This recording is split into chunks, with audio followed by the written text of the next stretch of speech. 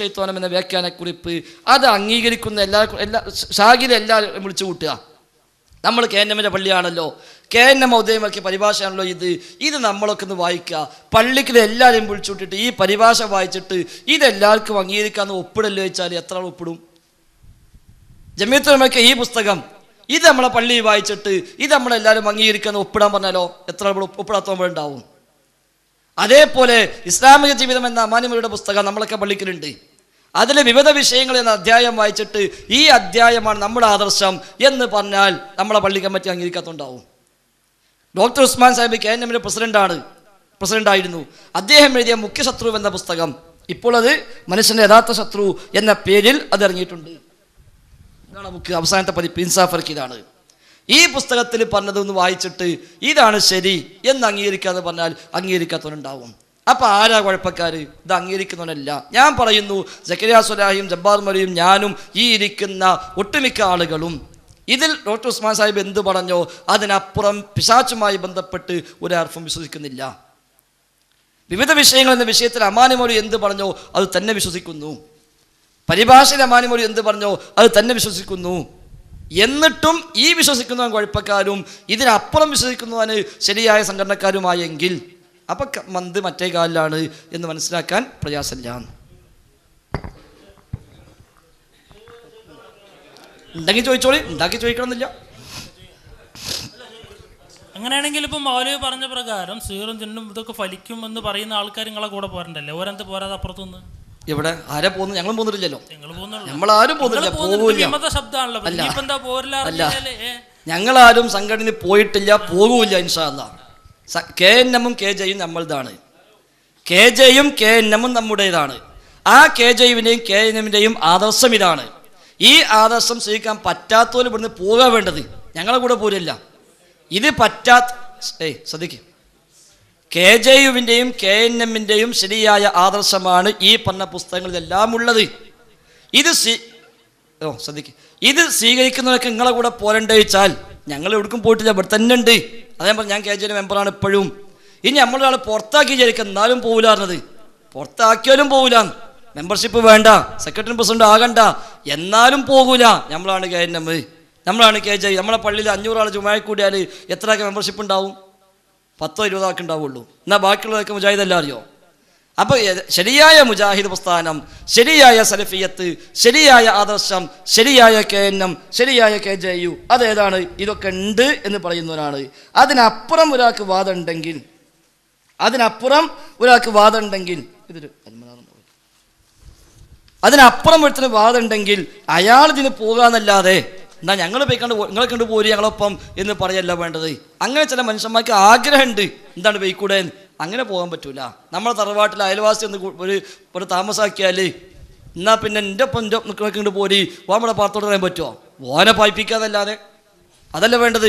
KNM രൂപീകരിച്ച് 1950 അന്നത്തെ അൽമനാറാണ്. 1950 അൽമനാർ.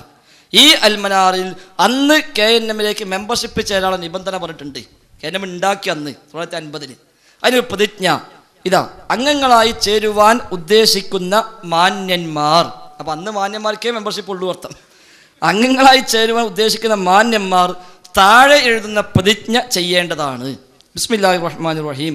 അള്ളാഹുവിൻ്റെ കിതാബും നബി സ്വല്ലല്ലാഹു അലൈഹി വസല്ലമയുടെ സുന്നത്തും പ്രമാണമാക്കി മുസ്ലിമായി ജീവിച്ചു കൊള്ളാമെന്നും കേരള നേതൃത്വ മുജാഹിദീൻ സംഘത്തിൻ്റെ നേതാവ് ദീനിനെതിരല്ലാത്ത വിധത്തിൽ കൽപ്പിക്കുന്നതനുസരിച്ച് സംഘത്തിൽ അച്ചടക്കത്തോടെ ഒരു അംഗമായിരുന്നു കൊള്ളാമെന്നും ഞാൻ പ്രതിജ്ഞ ചെയ്യുന്നു.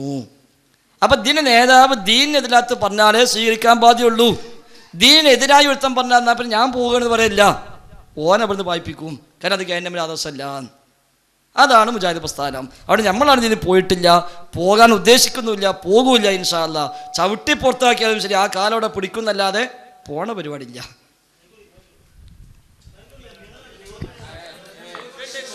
ഉണ്ടെങ്കിൽ ചോദിച്ചോട്ടെ, ഇല്ലെങ്കിൽ വളരെ ചോദിക്കാം.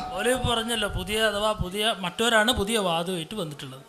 ഈ ഇവിടെ കഴിഞ്ഞു പോയിട്ടുള്ള ഏതെങ്കിലും ഒരു പണ്ഡിതന്മാർ അവരാണെങ്കിൽ ഈ സക്കരിയ മൗലവി പറഞ്ഞതുപോലെ വസീലത്തുൽ ഷിർക്കാണ്, അത് ഷിർക്കിലേക്കുള്ള വഴിയാണ് എന്ന് പറഞ്ഞുകൊണ്ട് വിശദീകരിച്ചിട്ടുണ്ട്. ഉമർ മൗലവിയോ അല്ലെങ്കിൽ KM മൗലവി ഇവരാരെങ്കിലും? അവരോടാരും ഈ ചോദ്യം വന്നിട്ടില്ല. ഉമർ മൗലവിനോട് വന്നിട്ടില്ലേ? ഏത് മുസൽസബിയിൽ എഴുതി മൗലവിനല്ലോ. അത് യാഴിബാദ ഈ വിഷയമല്ല. അതിന്റെ വിശദീകരണത്തിലാണല്ലോ ഈ വിഷയം പറഞ്ഞത്. അതിന്റെ അടിസ്ഥാനത്തിലാണ് ഈ തത്വം രൂപീകരിച്ചതെന്ന് സക്കരിയ മൗലവിനെ പറയുന്നുണ്ടല്ലോ. അല്ല, അവിടെയാണ് വ്യത്യാസം. ഉമർ മൗലവിയോട് ചോദിച്ചത് ജിന്നോട് സഹായം ചോദിക്കാൻ പറ്റുമോ എന്നല്ല. ഉമർ മൗലവിയോട് ചോദിച്ചത് യാ ഇബാദ എന്ന റിപ്പോർട്ടിനെ കുറിച്ചാണ്. ആ ഹദീസ് പറയുമ്പോൾ വസിയത്തു ശിർക്ക് എന്ന് ഉമർ മൗലവിയും പറഞ്ഞിട്ടില്ല, സക്കരിയ സ്വലായും പറഞ്ഞിട്ടില്ല, ഞാനും പറയണില്ല.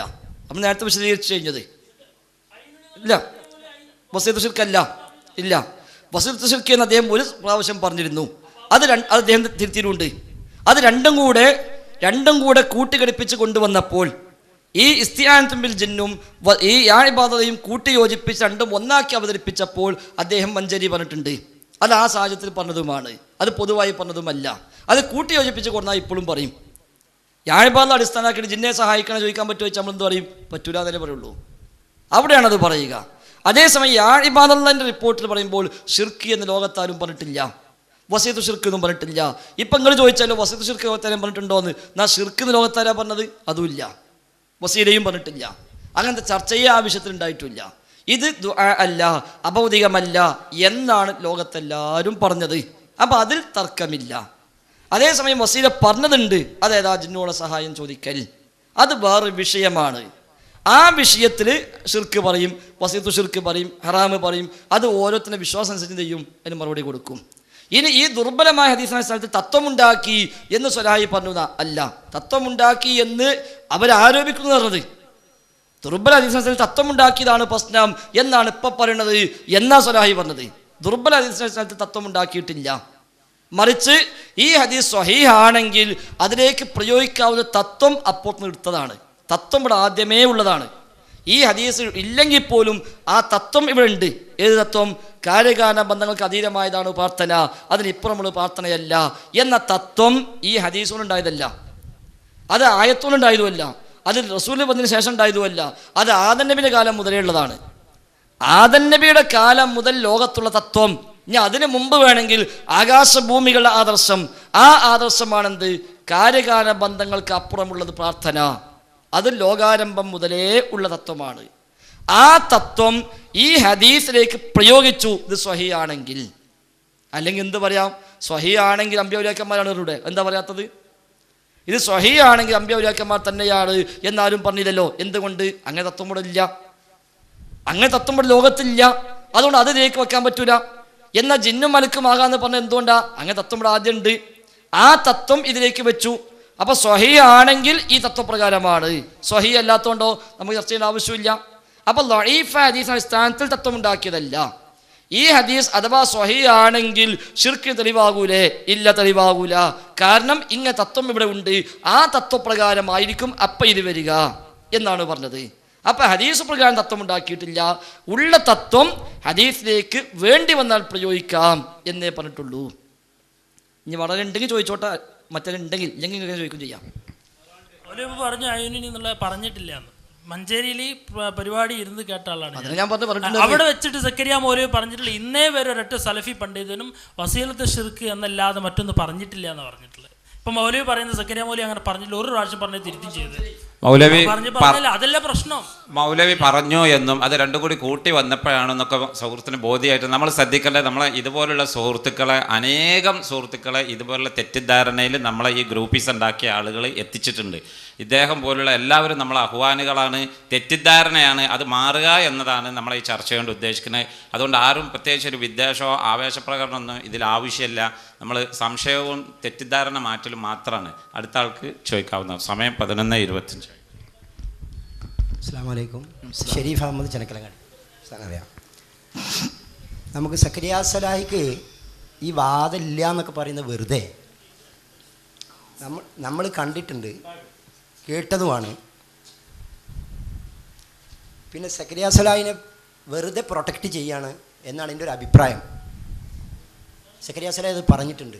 ഏത് ഈ ചോദ്യമല്ല, ഏത് വാദം? പിന്നെ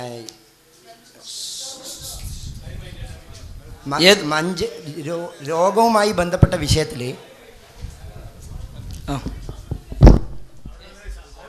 നമ്മൾ പ്രസ്താവന ശ്രദ്ധിക്കുക. നമുക്ക് ഇതുകൊണ്ടൊരു ഉദ്ദേശമുണ്ട്. അത് പ്രശ്നം ഉണ്ടാക്കിയിട്ട് പരിപാടി അവസാനിപ്പിക്കൽ ഇന്നലകത്തെ രീതിയാണ്. അതല്ല നമ്മളുടെ ഉദ്ദേശം. മറിച്ച് നമ്മളുടെ എല്ലാ സഹോദരങ്ങൾക്കും നമ്മളാലും ഷിർക്കിലേക്ക് പോയിട്ടില്ല എന്നത് വ്യക്തമാക്കി കൊടുക്കൽ നമ്മളുടെ ഉദ്ദേശമാണ്. അതിന് ഭംഗം വരുത്തരുത് എന്ന് പ്രത്യേകം ഉണർത്തുകയാണ്. ഇതിൽ പ്രയാസപ്പെടുന്ന ആളുകൾക്ക് പോകാവുന്നതാണ്. അടുത്ത ചോദ്യം പ്ലീസ്. നമ്മുടെ പ്രവർത്തകർ ശ്രദ്ധിക്കുക.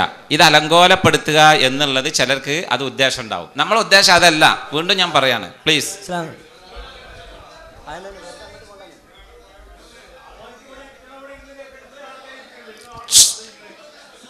നമ്മൾ ഈ പരിപാടി നടക്കണമെന്ന് താല്പര്യമുള്ള ആളുകൾ ഈ ചെയറിലേക്ക് വരേണ്ടതാണ്. പ്ലീസ്. ഈ പ്രോഗ്രാം സഹോദരങ്ങളെ ശ്രദ്ധിക്കുക. ഈ പ്രോഗ്രാം നടക്കണം എന്ന ആഗ്രഹമുള്ളവർ ഈ ചെയറിലേക്ക് വരിക. അപ്പം അറിയാം നമുക്ക് പരിപാടി നടത്താൻ താല്പര്യമില്ലാത്തവർ ആരൊക്കെ. സുൽഫി ഈ പരിപാടിയുമായി സഹകരിക്കാൻ താല്പര്യമുള്ളവർ എത്രയും പെട്ടെന്ന് ഈ ചെയറിലേക്ക് വരിക. മുജാഹിദ് പ്രവർത്തകർ ഇതുപോലുള്ള പ്രോഗ്രാമുകളൊക്കെ നടത്തി പരിചയമുള്ളവരാണ്. ഇങ്ങനെ ഒച്ച ഉണ്ടാക്കി എന്ന് വിചാരിച്ചിട്ടോ അല്ലെങ്കിൽ പ്രശ്നം ഉണ്ടാക്കാൻ നോക്കിയാലൊന്നും ഈ പരിപാടി അവസാനിപ്പിക്കൂല. അള്ളാഹുവിൻ്റെ തൗഫീഖുണ്ട്.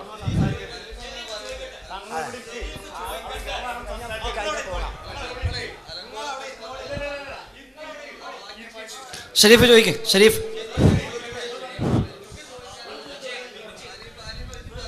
ഇന്നലെ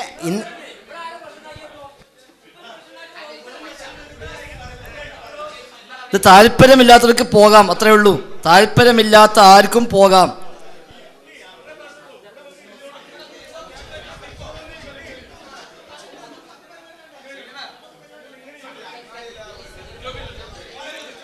നിങ്ങൾ വന്നിരിക്കേ. നമ്മളെ പുറമെ ഇരിക്കേ. എല്ലാവരും ഇരിക്കേ. ശ്രദ്ധിക്കുക. എല്ലാവരും ഇരിക്കുക. ഇത് ശ്രദ്ധിക്കാൻ താല്പര്യമില്ലാത്ത ആർക്കും പോകാം, ഒരു കുഴപ്പമില്ല, യാതൊരു നിർബന്ധവുമില്ല. എല്ലാവരും ഇരിക്കുക.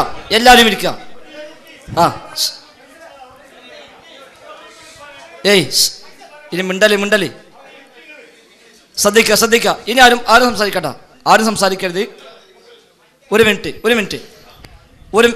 ശ്രദ്ധിക്കുക. ഒരു മിനിറ്റ്. നമ്മളെല്ലാവരും ശ്രദ്ധിക്കുക. ഒരാളും മിണ്ടെങ്കിൽ ഇങ്ങോട്ട് ശ്രദ്ധിക്ക്. അങ്ങോട്ട് പറയണ്ട. അങ്ങോട്ട് ആരും പറയണ്ട. ഇങ്ങോട്ട് ശ്രദ്ധിക്കുക. നമ്മളെല്ലാവരും യഥാർത്ഥത്തിൽ സതുദ്ദേശം മാത്രമുള്ളവരാണ്. ചോദിക്കാൻ വരുന്നവരും ഉത്തരം പറയുന്നവരും സംഘടിപ്പിക്കുന്നവരും എല്ലാവർക്കും സതുദ്ദേശമേ ഉള്ളൂ. കൂടെ നടക്കുന്ന സഹോദരന്മാർ അപകടത്തിൽ പോയി ചാടിയോ എന്ന ഒരൊറ്റ പേടി കൊണ്ട് മാത്രമാണ് നമ്മോട് ഈ വിഷയത്തിൽ എതിർക്കുന്നവരും ഉള്ളത്. നമ്മളെക്കുറിച്ച് ശിർക്ക് എന്ന് ആരോപിക്കുമ്പോൾ അതിൻ്റെ അപകടം, അതിൻ്റെ ഗൗരവം അവർക്ക് പരലോകത്ത് ഏൽക്കേണ്ടി വരുമല്ലോ എന്നതുകൊണ്ടാണ് നാം ഇത്തരം വെക്കുന്നതും. ഒപ്പം നമുക്ക് ദീൻ പഠിക്കാൻ വേണ്ടിയും. അതുകൊണ്ട് ഒരിക്കലും ഇത്തരം സംസാരങ്ങളേ ഉണ്ടാകാൻ പാടില്ല. നമുക്ക് ചോദിക്കാനുള്ളത് ചോദിക്കാം, പറയാനുള്ളത് പറയാം. ഇത് കേൾക്കാനും ഇതിലിരിക്കാനും ഒരാൾക്ക് പ്രയാസം ഉണ്ടെങ്കിൽ അവർക്ക് പോകാം, അത്രേ ഉള്ളൂ. ഒരു പ്രയാസമില്ല. ആർക്ക് വേണമെങ്കിലും ഞങ്ങൾക്കിതിനാവൂല എന്ന് ഇറങ്ങിപ്പോകാം. അല്ല, നമ്മൾ അങ്ങനത്തെ ശൈലി ഉണ്ടാവാനേ പാടില്ല. ആ ശൈലി ഉണ്ടാവണം എന്ന് വല്ലവനും ആഗ്രഹിക്കുന്നുണ്ടെങ്കിൽ നമ്മളെല്ലാം കൂടി കൂട്ടി ഓനെ ഒറ്റപ്പെടുത്താണ് വേണ്ടത്. പലപ്പോഴും ഈ നിലക്ക് സംഘടിപ്പിക്കപ്പെടുന്ന മറ്റു പലരും സംഘടിപ്പിക്കുന്ന പല വേദികളും അത് പലപ്പോഴും പിന്നെ അങ്ങനെയാണ് ആയി മാറലാണ്. നമ്മൾ അങ്ങനെ ആയിക്കൂടാ. നമ്മളെ ഭാഗത്ത് ഹക്കുണ്ട്, ഒരു സംശയമില്ല. ഏത് ചോദ്യം വന്നാലും ഇൻഷാ അല്ലാഹ് ഹക്കുള്ള കാലത്ത് നമുക്ക് പറയാൻ പറ്റും. ഇനിയിപ്പോൾ അറിയാത്തൊരു വിഷയം വന്നാലോ അറിയില്ല എന്ന് പറയും, അത്രേ ഉള്ളൂ. ഒരറിയാത്ത വിഷയം ചോദിച്ചാൽ എനിക്കറിയില്ല എന്ന് ഞാൻ പറയും. അല്ലാതെ പിന്നെ ലോകത്തിലെ എല്ലാ ഇൽമും എനിക്കുണ്ടെന്നുള്ളതല്ല. ഈ വിഷയത്തിൽ തെറ്റുപറ്റിയിട്ടില്ല നമുക്ക് ബോധ്യമുള്ള കാലത്തോളം അത് ആര് ചോദിച്ചാലും പ്രശ്നമില്ല. അപ്പോൾ ആളുകൾ ചോദിക്കട്ടെ, പഠിക്കട്ടെ, ചർച്ചയാവട്ടെ. അല്ലാത്തൊരു ശൈലിയിലേക്ക് നമ്മൾ നീങ്ങരുത് എന്ന് സൂചിപ്പിക്കുകയാണ്. ഇനി ആരും മിണ്ടരുത്. ഇൻഷാ അല്ലാഹ് ഷരീഫ് ചോദിക്കട്ടെ. സക്കരിയാച്ചലനോട് രോഗവുമായി ചികിത്സിക്കുന്ന റുഖിയ ഷറിയായിട്ട് ബന്ധപ്പെട്ട വിഷയത്തിൽ ഒരു ചോദ്യം ചോദിച്ചിരുന്നു. ഞാനത് ക്ലിപ്പ് നാളെ കേട്ടത്. അവയിൽ സക്കരിയാസലി വ്യക്തമായിട്ട് പറയുന്നുണ്ട്, പിന്നെ മുജാഹിദ് ബാലുശ്ശേരിനായിട്ട് ബന്ധപ്പെട്ട ഒരു പയ്യൻ, നമ്മളൊരു കുടുംബമായിട്ട് ബന്ധപ്പെട്ട ഒരു പയ്യനായതുകൊണ്ട് ഞാൻ ആ പയ്യനെ റുഖിയ ഷറയ്ക്ക് വിധേയമാക്കിയെന്ന്. അതിൽ CD പിന്നെ കേൾപ്പിച്ച് ഖുർആൻ്റെ വചനങ്ങൾ കേൾപ്പിച്ചു. അപ്പോൾ ഈ പിന്നെ രോഗി പിന്നെ വയലൻ്റ് ആയിരുന്നു.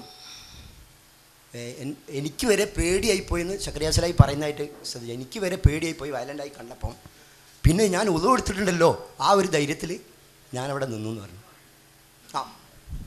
അത് എന്നിട്ട് ബാക്കി കേട്ടോടത്ത് കണ്ടോടത്ത് വെച്ചതാണെങ്കിൽ നിങ്ങൾ എല്ലാവരും ഒന്നും കൂടി ബാക്കി കാണണം. അപ്പോൾ അതുമായി ബന്ധപ്പെട്ട വിഷയത്തിലൊക്കെ ആണോ പിന്നെ ഈ KJ വിശദീകരണം ചോദിച്ചതും യായിബാദായി അയ്യുനീനി എന്നല്ല ആ ഹദീസായിട്ട് ബന്ധപ്പെട്ടല്ലല്ലോ, ഈ ജിന്നുമായി ചികിത്സയായിട്ട് ബന്ധപ്പെട്ടതല്ലേ? അപ്പോൾ ഇങ്ങനെ വരുന്ന ചികിത്സകൾ പല സ്ഥലത്ത് നടക്കുന്നുണ്ടെന്നും സൗദി അറേബ്യയിൽ നമ്മളുമായി ബന്ധപ്പെട്ട ഒരു പ്രവർത്തകന് ജിന്നെ മാറി എന്ന് പറഞ്ഞിട്ട് നടക്കുന്ന ഒരു പ്രവർത്തനം, അയാളെ ഭാര്യ പുറത്തേക്ക് ഇറങ്ങുന്നില്ല, പിന്നെ പേടിച്ചിട്ട് ഇങ്ങോട്ട് ജോലിക്ക് പോകുന്ന സമയത്ത് ഒരു അടുത്ത നൈബർ എടുത്ത് ഏൽപ്പിച്ചിട്ട് പോവുകയാണ് അയാളെ. അല്ല പേടിച്ചിട്ട് അവിടെ ഏൽപ്പിച്ച് പോവാന്നും. അങ്ങനെ നമ്മളെ പ്രവർത്തകർ ഇത്ര കാലം വരെ ഇല്ലാത്ത ഇത്രയും പ്രശ്നങ്ങൾ മനസ്സിൽ കയറ്റി ഇത്രയും അവസ്ഥയിലേക്ക് വരുന്നുണ്ടോ എന്നൊരു ഭയം KJയിൽ ഉണ്ടായിട്ടുണ്ട് എന്നാണ് എൻ്റെ അഭിപ്രായം. എന്ന് പറഞ്ഞാൽ എന്താ തെറ്റ്? നല്ല ചോദ്യമാണ്. അവിടേക്ക് ഷരീഫ് എൻ്റെ വളരെ അടുത്ത സുഹൃത്താണ്, ഒരുപാട് കാലങ്ങളായിട്ട് ഞങ്ങൾ തമ്മിൽ പരിചയമുള്ളതാണ്. അപ്പോൾ അൽഹംദുലില്ലാ ഇപ്പോൾ കുറേ കണ്ടിട്ട് ഇപ്പോൾ ഒന്ന് കാണാനായല്ലോ. പിന്നെ യഥാർത്ഥത്തിൽ റുഖിയ ശർഇയ്യ വിഷയത്തിൽ KJയും സക്കരിയ സുലൈമാൻ തമ്മിൽ ഒരു അഭിപ്രായ വ്യത്യാസം ഇല്ല, ഉണ്ടാവേണ്ട കാര്യവും ഇല്ല. അപ്പോൾ ഈ റുഖിയ ശർഇയ്യ വരുന്നതിന് ഒന്ന് അതിൻ്റെ ഏറ്റവും ബേസ് ജിന്ന് ബാധയുമായി ബന്ധപ്പെട്ടാണല്ലോ. ജിന്നു ബാധ എന്ന വിഷയത്തിൽ അങ്ങനെ ഒന്നും ഇല്ല എന്ന് ജംഇയ്യത്തുൽ ഉലമക്ക് എവിടെയും അഭിപ്രായം പറഞ്ഞിട്ടില്ല. കാരണം KM മൗലവിയുടെ ഫത്വയിലടക്കം പറഞ്ഞു ജിന്നുബാധ ഉണ്ട് എന്നുള്ളത് അദ്ദേഹം സൂചിപ്പിച്ചിട്ടുണ്ട്. അതേപോലെ സൂറത്ത് ബഖറയുടെ വ്യാഖ്യാനത്തിൽ അമാനി മൗലവിയും ആ ഒരു സൂചന നമുക്ക് നൽകിയിട്ടുണ്ട്. അതായത് അല്ലദീന യഅ്കുലൂന റിബ ലാ യഖൂമൂന ഇല്ലാ കമാ യഖൂമുല്ലദീ യതഖബ്ബതു ശൈത്വാനു മിനൽ മസ്സി. അല്ല, അതെ, ചികിത്സ ഉണ്ടാവണേ ആദ്യം സാധനം കയറുമല്ലേ നോക്കണ്ടേ. അപ്പം വിഷയം ജിന്ന് ഇറക്കലാണല്ലോ, ജിന്ന് ഇറക്കണേ ആദ്യം കയറണ്ടേ. അപ്പോൾ കയറില്ലെങ്കിൽ ഇറക്കേണ്ട ആവശ്യമില്ലല്ലോ, കയറിയാലോ പിന്നെ അവിടെ പാത്താക്കാൻ പറ്റില്ല, ഇറക്കും വേണം. അപ്പോൾ നമ്മൾ കയറോ ഇല്ലെന്ന് ആദ്യം നോക്കണം. അപ്പോൾ കയറൂലെങ്കിൽ ഇറക്കേണ്ട ആവശ്യമില്ല, കയറിയാൽ പിന്നെ ഇറക്കാതെക്കാൻ പറ്റൂല. അപ്പോൾ ആദ്യം നമുക്ക് അത് തീരുമാനമാക്കണമല്ലോ. അപ്പോൾ അവിടെ ഒരു അഭിപ്രായ വ്യത്യാസം ഉണ്ടാവേണ്ട കാര്യമില്ല, അതാണ് ഞാൻ പറഞ്ഞത്. കാരണം ജിന്നു ബാധയുണ്ട് എന്ന കാര്യത്തിൽ അഭിപ്രായ വ്യത്യാസമില്ല. കാരണം പലിശ ഭക്ഷിക്കുന്നവൻ പരലോകത്ത് എണീറ്റ് വരിക ജിന്നു പിശാച്ച് ബാധിച്ചവൻ മറിഞ്ഞു വീഴും പോലെയാണ് എന്ന് അല്ലാഹു തആല പറഞ്ഞു. അത് നമ്മുടെ പരിഭാഷയിലൊക്കെ വിശദീകരിച്ചിട്ടുണ്ട്. ഈ നമ്മൾ ജംഇയ്യത്തുൽ ഉലമയുടെ പേരിൽ പുറത്തിറങ്ങിയ ഈ പുസ്തകത്തിലും എന്തുണ്ട്, ജിന്നു ബാധ അംഗീകരിച്ചിട്ടുണ്ട്. അപ്പോൾ ജിന്ന് ബാധിക്കും എന്ന കാര്യം ഉറപ്പാണ്. ഇനി ഇറക്കാൻ എന്താണ് ചെയ്യേണ്ടത്, അവിടെയാണ് തർക്കമുള്ളത്. അവിടെ പിന്നെ KM മൗലവി എഴുതിയത് ഖുർആനും മറ്റും ഓതിക്കൊണ്ട് ചികിത്സ നടത്തുന്ന വിരോധമില്ല എന്ന് പറഞ്ഞിട്ടുണ്ട്. അതേപോലെ ഉറപ്പിച്ച് പറയാൻ നബിക്ക് കഴിയുള്ളൂ എന്നാണ് ഈ പുസ്തകത്തിൽ ജംഇയ്യത്തുൽ ഉലമയുടെ പേരിൽ അടങ്ങിയ ഈ പുസ്തകത്തിൽ പറഞ്ഞിട്ടുള്ളത്. അപ്പോൾ എന്തായാലും ഒരു റുഖിയ ഉണ്ട് എന്ന കാര്യം ശരിയാണ്. അത് ഖുർആൻ ഓതിയിട്ടാവാം, നബി പഠിപ്പിച്ച മന്ത്രങ്ങൾ കൊണ്ടാവാം, ഹദീസിൽ വന്ന പ്രാർത്ഥന കൊണ്ടാവാം എന്ന കാര്യത്തിലും തർക്കമില്ല. ഇനി അവിടെ CD ഉപയോഗിക്കാൻ പറ്റുമോ, ഖുർആൻ ആർക്ക് കേൾപ്പിക്കാൻ പറ്റുമോ ഇല്ല എന്നതാണ്. അത് ചർച്ച വന്നപ്പോൾ നമ്മുടെ ഈ പുസ്തകത്തിൽ തന്നെ അതിനെക്കുറിച്ച് പരാമർശിക്കുന്നുണ്ട്. ഒരു CD കേൾപ്പ്, ഇപ്പോൾ ഖുർആനിൻ്റെ ആയത്തുകൾ ഓതിക്കൊടുക്കൽ അതെന്താണ്, ശൈത്താനെ സംബന്ധിച്ച് വലിയ ഇടങ്ങാറാണ്. ശൈത്താൻ ഉള്ളിൽ കയറിക്കഴിഞ്ഞാൽ ഒരുത്തൻ ഖുർആൻ ഓതുന്നത് ഓനെ സഹിക്കാൻ കഴിയൂല, പള്ളിയിൽ പോകുക എന്നുള്ളത് സഹിക്കാൻ കഴിയില്ല, സ്വതക്ക ചെയ്യുക എന്ന് സഹിക്കാൻ കഴിയില്ല. അപ്പോൾ ഓനെ ഇറക്കാനുള്ള ഏറ്റവും നല്ല പണി ഇതൊക്കെ തന്നെയാണ്. നല്ല നല്ല പണി ഇങ്ങനെ ചെയ്യുക, എപ്പോഴും സ്വതക്ക ചെയ്യുക, 5 വക്ത് പള്ളിയിൽ പോവുക, കൃത്യമായി നിസ്കരിക്കുക, സുന്നത്തൊക്കെ നിർവഹിക്കുക, സുന്നത്ത് നോമ്പ് നോക്കുക, ഇങ്ങനെ നല്ല നല്ല കാര്യങ്ങൾ ഖുർആൻ എപ്പോഴും ഓതുക, ഖുർആൻ കേൾക്കുക, നല്ല നല്ല പ്രസംഗം കേൾക്കുക, ഇതൊക്കെ എന്താണ് ഓനെ സംബന്ധിച്ച് ഭയങ്കര പ്രയാസമാണ്. അപ്പോൾ ഈ ചങ്ങാതിൻ്റെ മേലെ കയറി ഞാൻ കുടുങ്ങിപ്പോയി എന്ന് പറഞ്ഞിട്ട് തന്നെ ഓഞ്ചപ്പം ഇറങ്ങിപ്പോണ്ടി വരും. ചിലപ്പോൾ അതിനൊന്നും പോകാതെ ഓഞ്ചപ്പം എന്ത് ചെയ്യും, അവിടെ ഉറച്ച് നിൽക്കും. ഓനെ വലിയ ഇഖ്ലാസൊന്നുമില്ല, ഓനത്ര അവിടെ തൗഹീദുള്ള ആളൊന്നുമല്ല, ഓനത്ര ഉറപ്പുള്ളവനല്ല.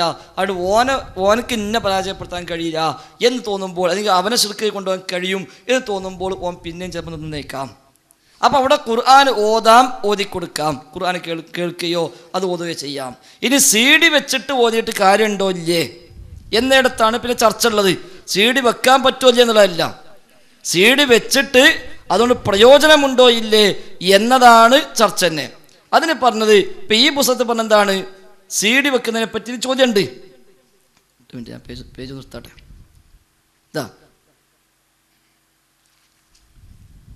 ചോദ്യം, ഖുർആനിലെ ആയത്തുകൾ കാസറ്റ് CD പ്ലെയറുകൾ മറ്റോ ഉപയോഗിച്ച് രോഗികളെ മണിക്കൂറുകളോളം കേൾപ്പിക്കുന്നതും സിഹ്റുബാധ നീങ്ങാൻ ഒരു ആയത്ത്, കണ്ണേറിന് മറ്റൊരു ആയത്ത്, ജിന്നുബാധയുണ്ടായാൽ വേറൊരു ആയത്ത് എന്നിങ്ങനെ ആയത്തുകൾ നിശ്ചയിക്കുന്നതും അനുവദനീയമാണോ? ഉത്തരം: കാസറ്റോ CD പ്ലെയറുകളോ മറ്റോ ഉപയോഗിച്ച് ഖുർആൻ ഓതുന്നതോ മറ്റു പ്രാർത്ഥനകൾ നടത്തുന്നതോ രോഗശമന പ്രാർത്ഥനയ്ക്ക് പകരമാകുന്നില്ല. കാരണം അത് നിർവഹിക്കുമ്പോൾ വിശ്വാസവും നിയ്യത്തുമൊക്കെ ആവശ്യമാണ്. അപ്പോൾ ഖുർആൻ ഓതുമ്പോൾ നിയ്യത്ത് വേണം. CD ഇടുമ്പോൾ CDക്ക് നിയ്യത്തുണ്ടാവില്ലല്ലോ എന്നാണ്. CD ഇടുമ്പോൾ CD പ്ലെയർ എന്ത് ചെയ്താൽ നിയ്യത്തുണ്ടാവില്ല. അപ്പം നമ്മൾ നിയ്യത്തോടു കൂടി ഓതുമ്പോഴാണ് എന്ത് ചെയ്യുക, അത് ഇതിന് സമനമായി മാറുക. അപ്പം നിയ്യത്തുണ്ടാവില്ല എന്ന പ്രശ്നം കൊണ്ടാണ് ഇതെന്തല്ല, ഇതിന് പര്യാപ്തമല്ല, അതാണ് പ്രാർത്ഥനയ്ക്ക് പകരമാകുന്നില്ല എന്ന് പറഞ്ഞത്. അതുപോലെ രോഗിയുടെ ശരീരത്തിൽ ഊതുന്നത് നേരിട്ടാണ്.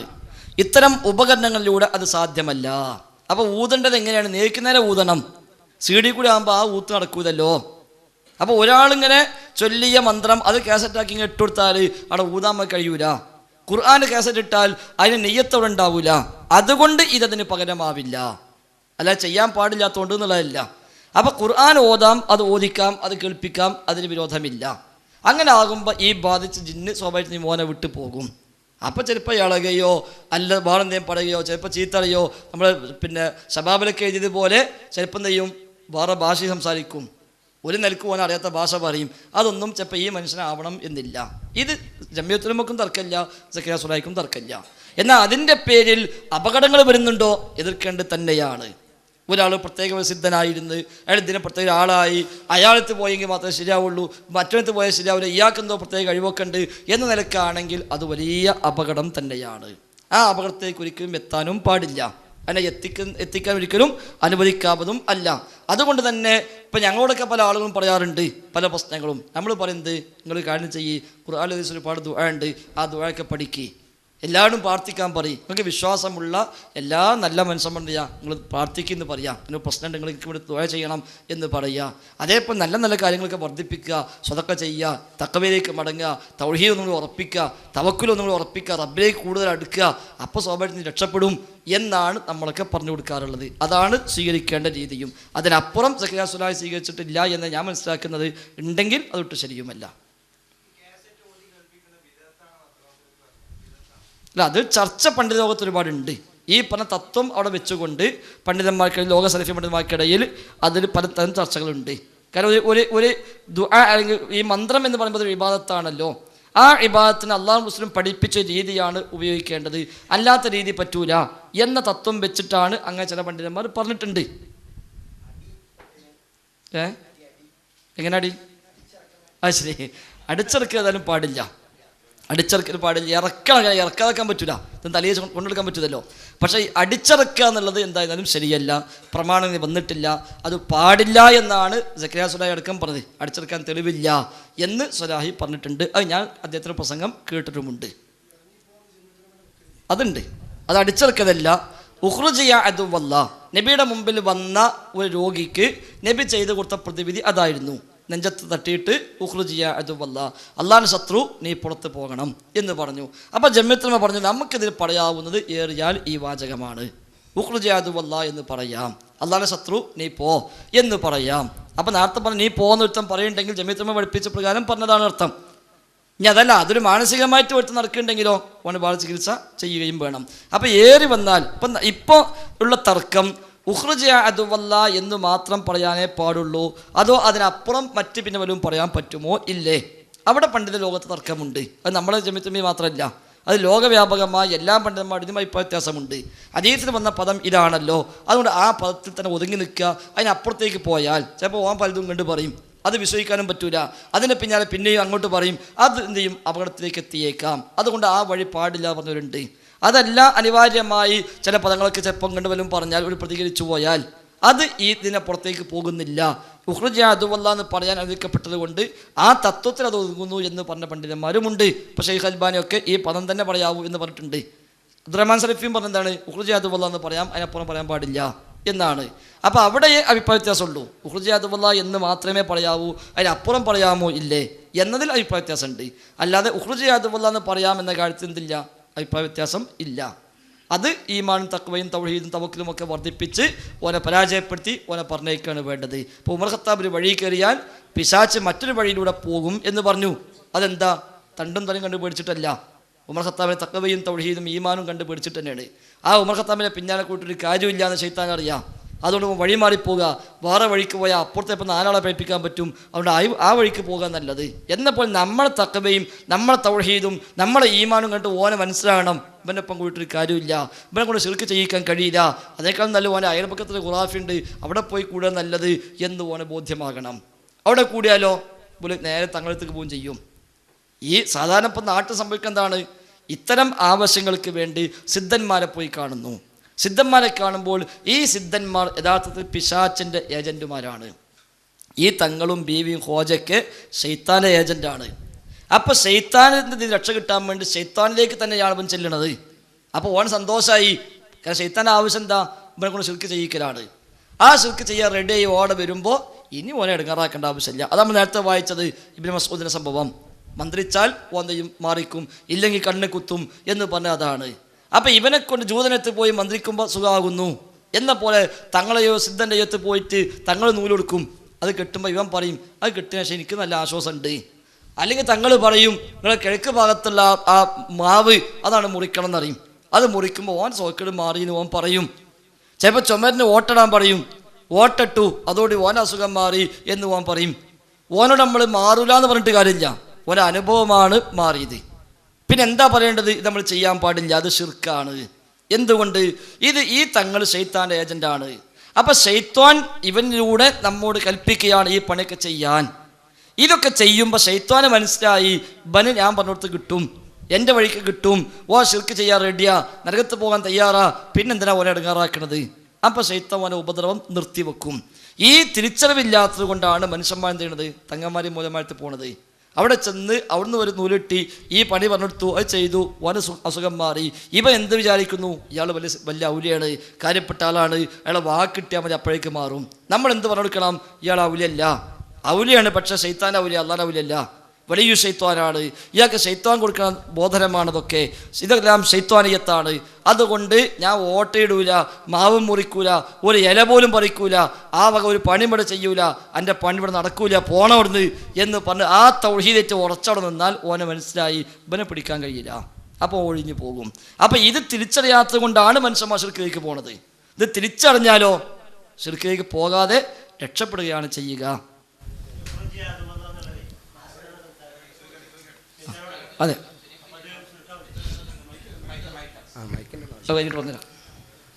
ഈ ചോദ്യം പറയുന്നുണ്ട്, ഇൻഷാല്ലാ പറഞ്ഞുതരാം. ഒറ്റ ചോദ്യം കൂടി.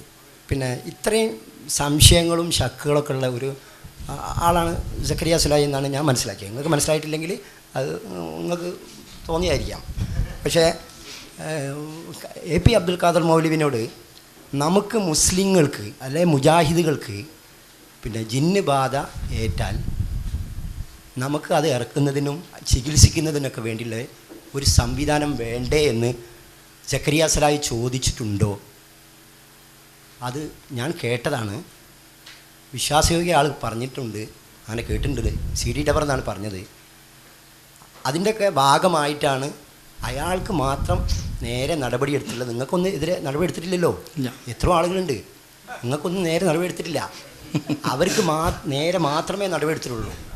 അപ്പോൾ അത് അയാളിൽ അത്രയും കാര്യങ്ങൾ, സംശയാസ്പദമായ കാര്യങ്ങളും 5 കൊല്ലത്തെ 6 കൊല്ലത്തോളമായിട്ട് നടപടിൻ്റെ അടിസ്ഥാനത്തിലും അല്ലേ, എന്നിട്ടും അയാളെ പ്രൊട്ടക്റ്റ് ചെയ്യുന്നത് എന്തിനാണ് എന്നാണ് എൻ്റെ ചോദ്യം. നിങ്ങൾക്ക് KJUവിൻ്റെയും KNMൻ്റെയും കൂടെ ഒന്നുകൂടെ ഭൂരിഭാഗം ആളുകളല്ലേ. പിന്നെ ഈ നിങ്ങൾ പറയുന്ന ആ മടപൂരിസുള്ള ആളുകൾ ആരാന്നൊന്ന് പറഞ്ഞു തന്നാലും ഉപകാരമായിരുന്നു. ഇത്ര മാത്രം എനിക്ക് ചോദിക്കാം. എന്തില്ല ചോദിച്ചതിൽ കുറേ നല്ല കാര്യങ്ങളുണ്ട്. KJUവിനും KNMനും കൂടെ നിന്നൂടെയെന്നാണ് നമ്മൾ നേരത്തെ പറഞ്ഞത്. അവിടെ തന്നെ ഉള്ളത്, അവിടുന്ന് പോയിട്ടില്ല. KJUവിനും KNMനും കൂടെ തന്നെ നമ്മളുള്ളത്. നമ്മളൊപ്പം നിൽക്കാൻ പറ്റാത്തതിനും കൂടി ഇത് ശരിയാക്കിയതിലേക്ക് വരണം നമ്മളെ അഭിപ്രായം.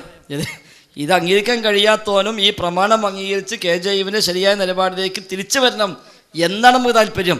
അതുകൊണ്ടാണ് ഈ വിശദീകരണമൊക്കെ. അല്ലെങ്കിൽ ആയത് എന്ത് ചെയ്താൽ മതി, നിങ്ങൾ KJU പോയിക്കോളി, ഞങ്ങൾ വേറെ പോവുക എന്ന് പറഞ്ഞാൽ പോരെ. അത് പറയാത്ത എന്തുകൊണ്ടാണ്? KJUവിലേക്ക് ഓരും കൂടി എന്ത് ചെയ്യണം? KJUവിൻ്റെ ശരിയായ ആദർശം അംഗീകരിച്ച് അവരും വരണം എന്ന് പറയാനാണ്.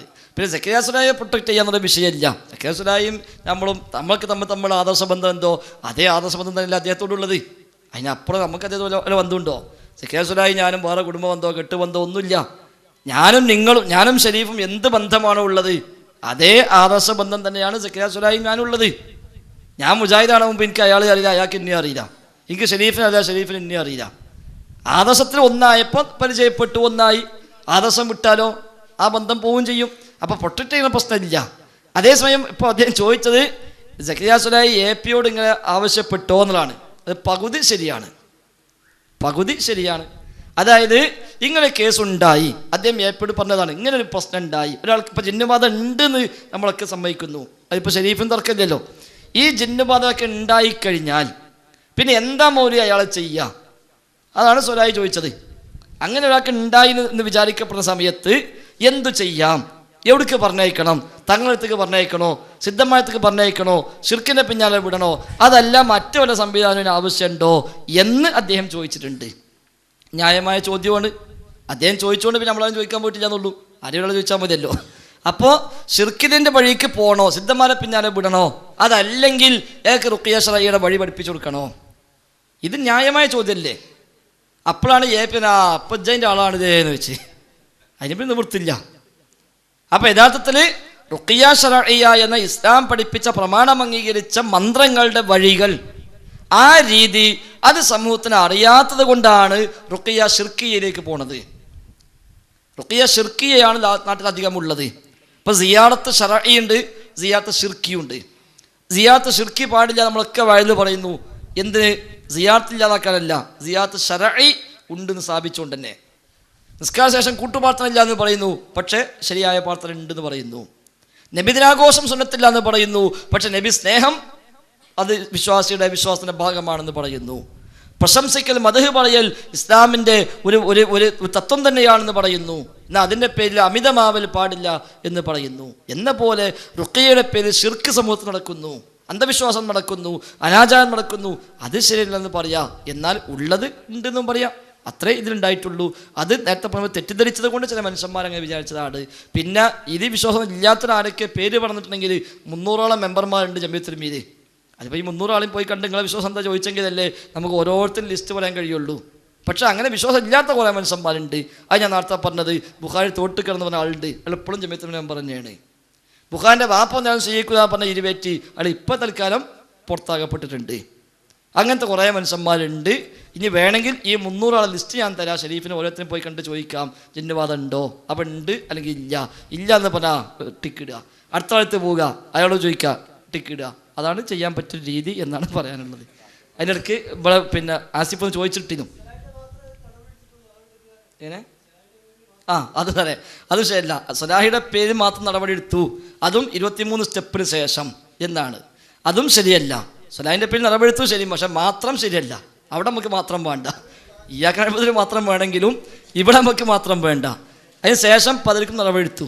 ഇപ്പം അവസാനം IS-ഉം MS-ഉം ഒന്നാകെ പിരിച്ചു വിട്ടു.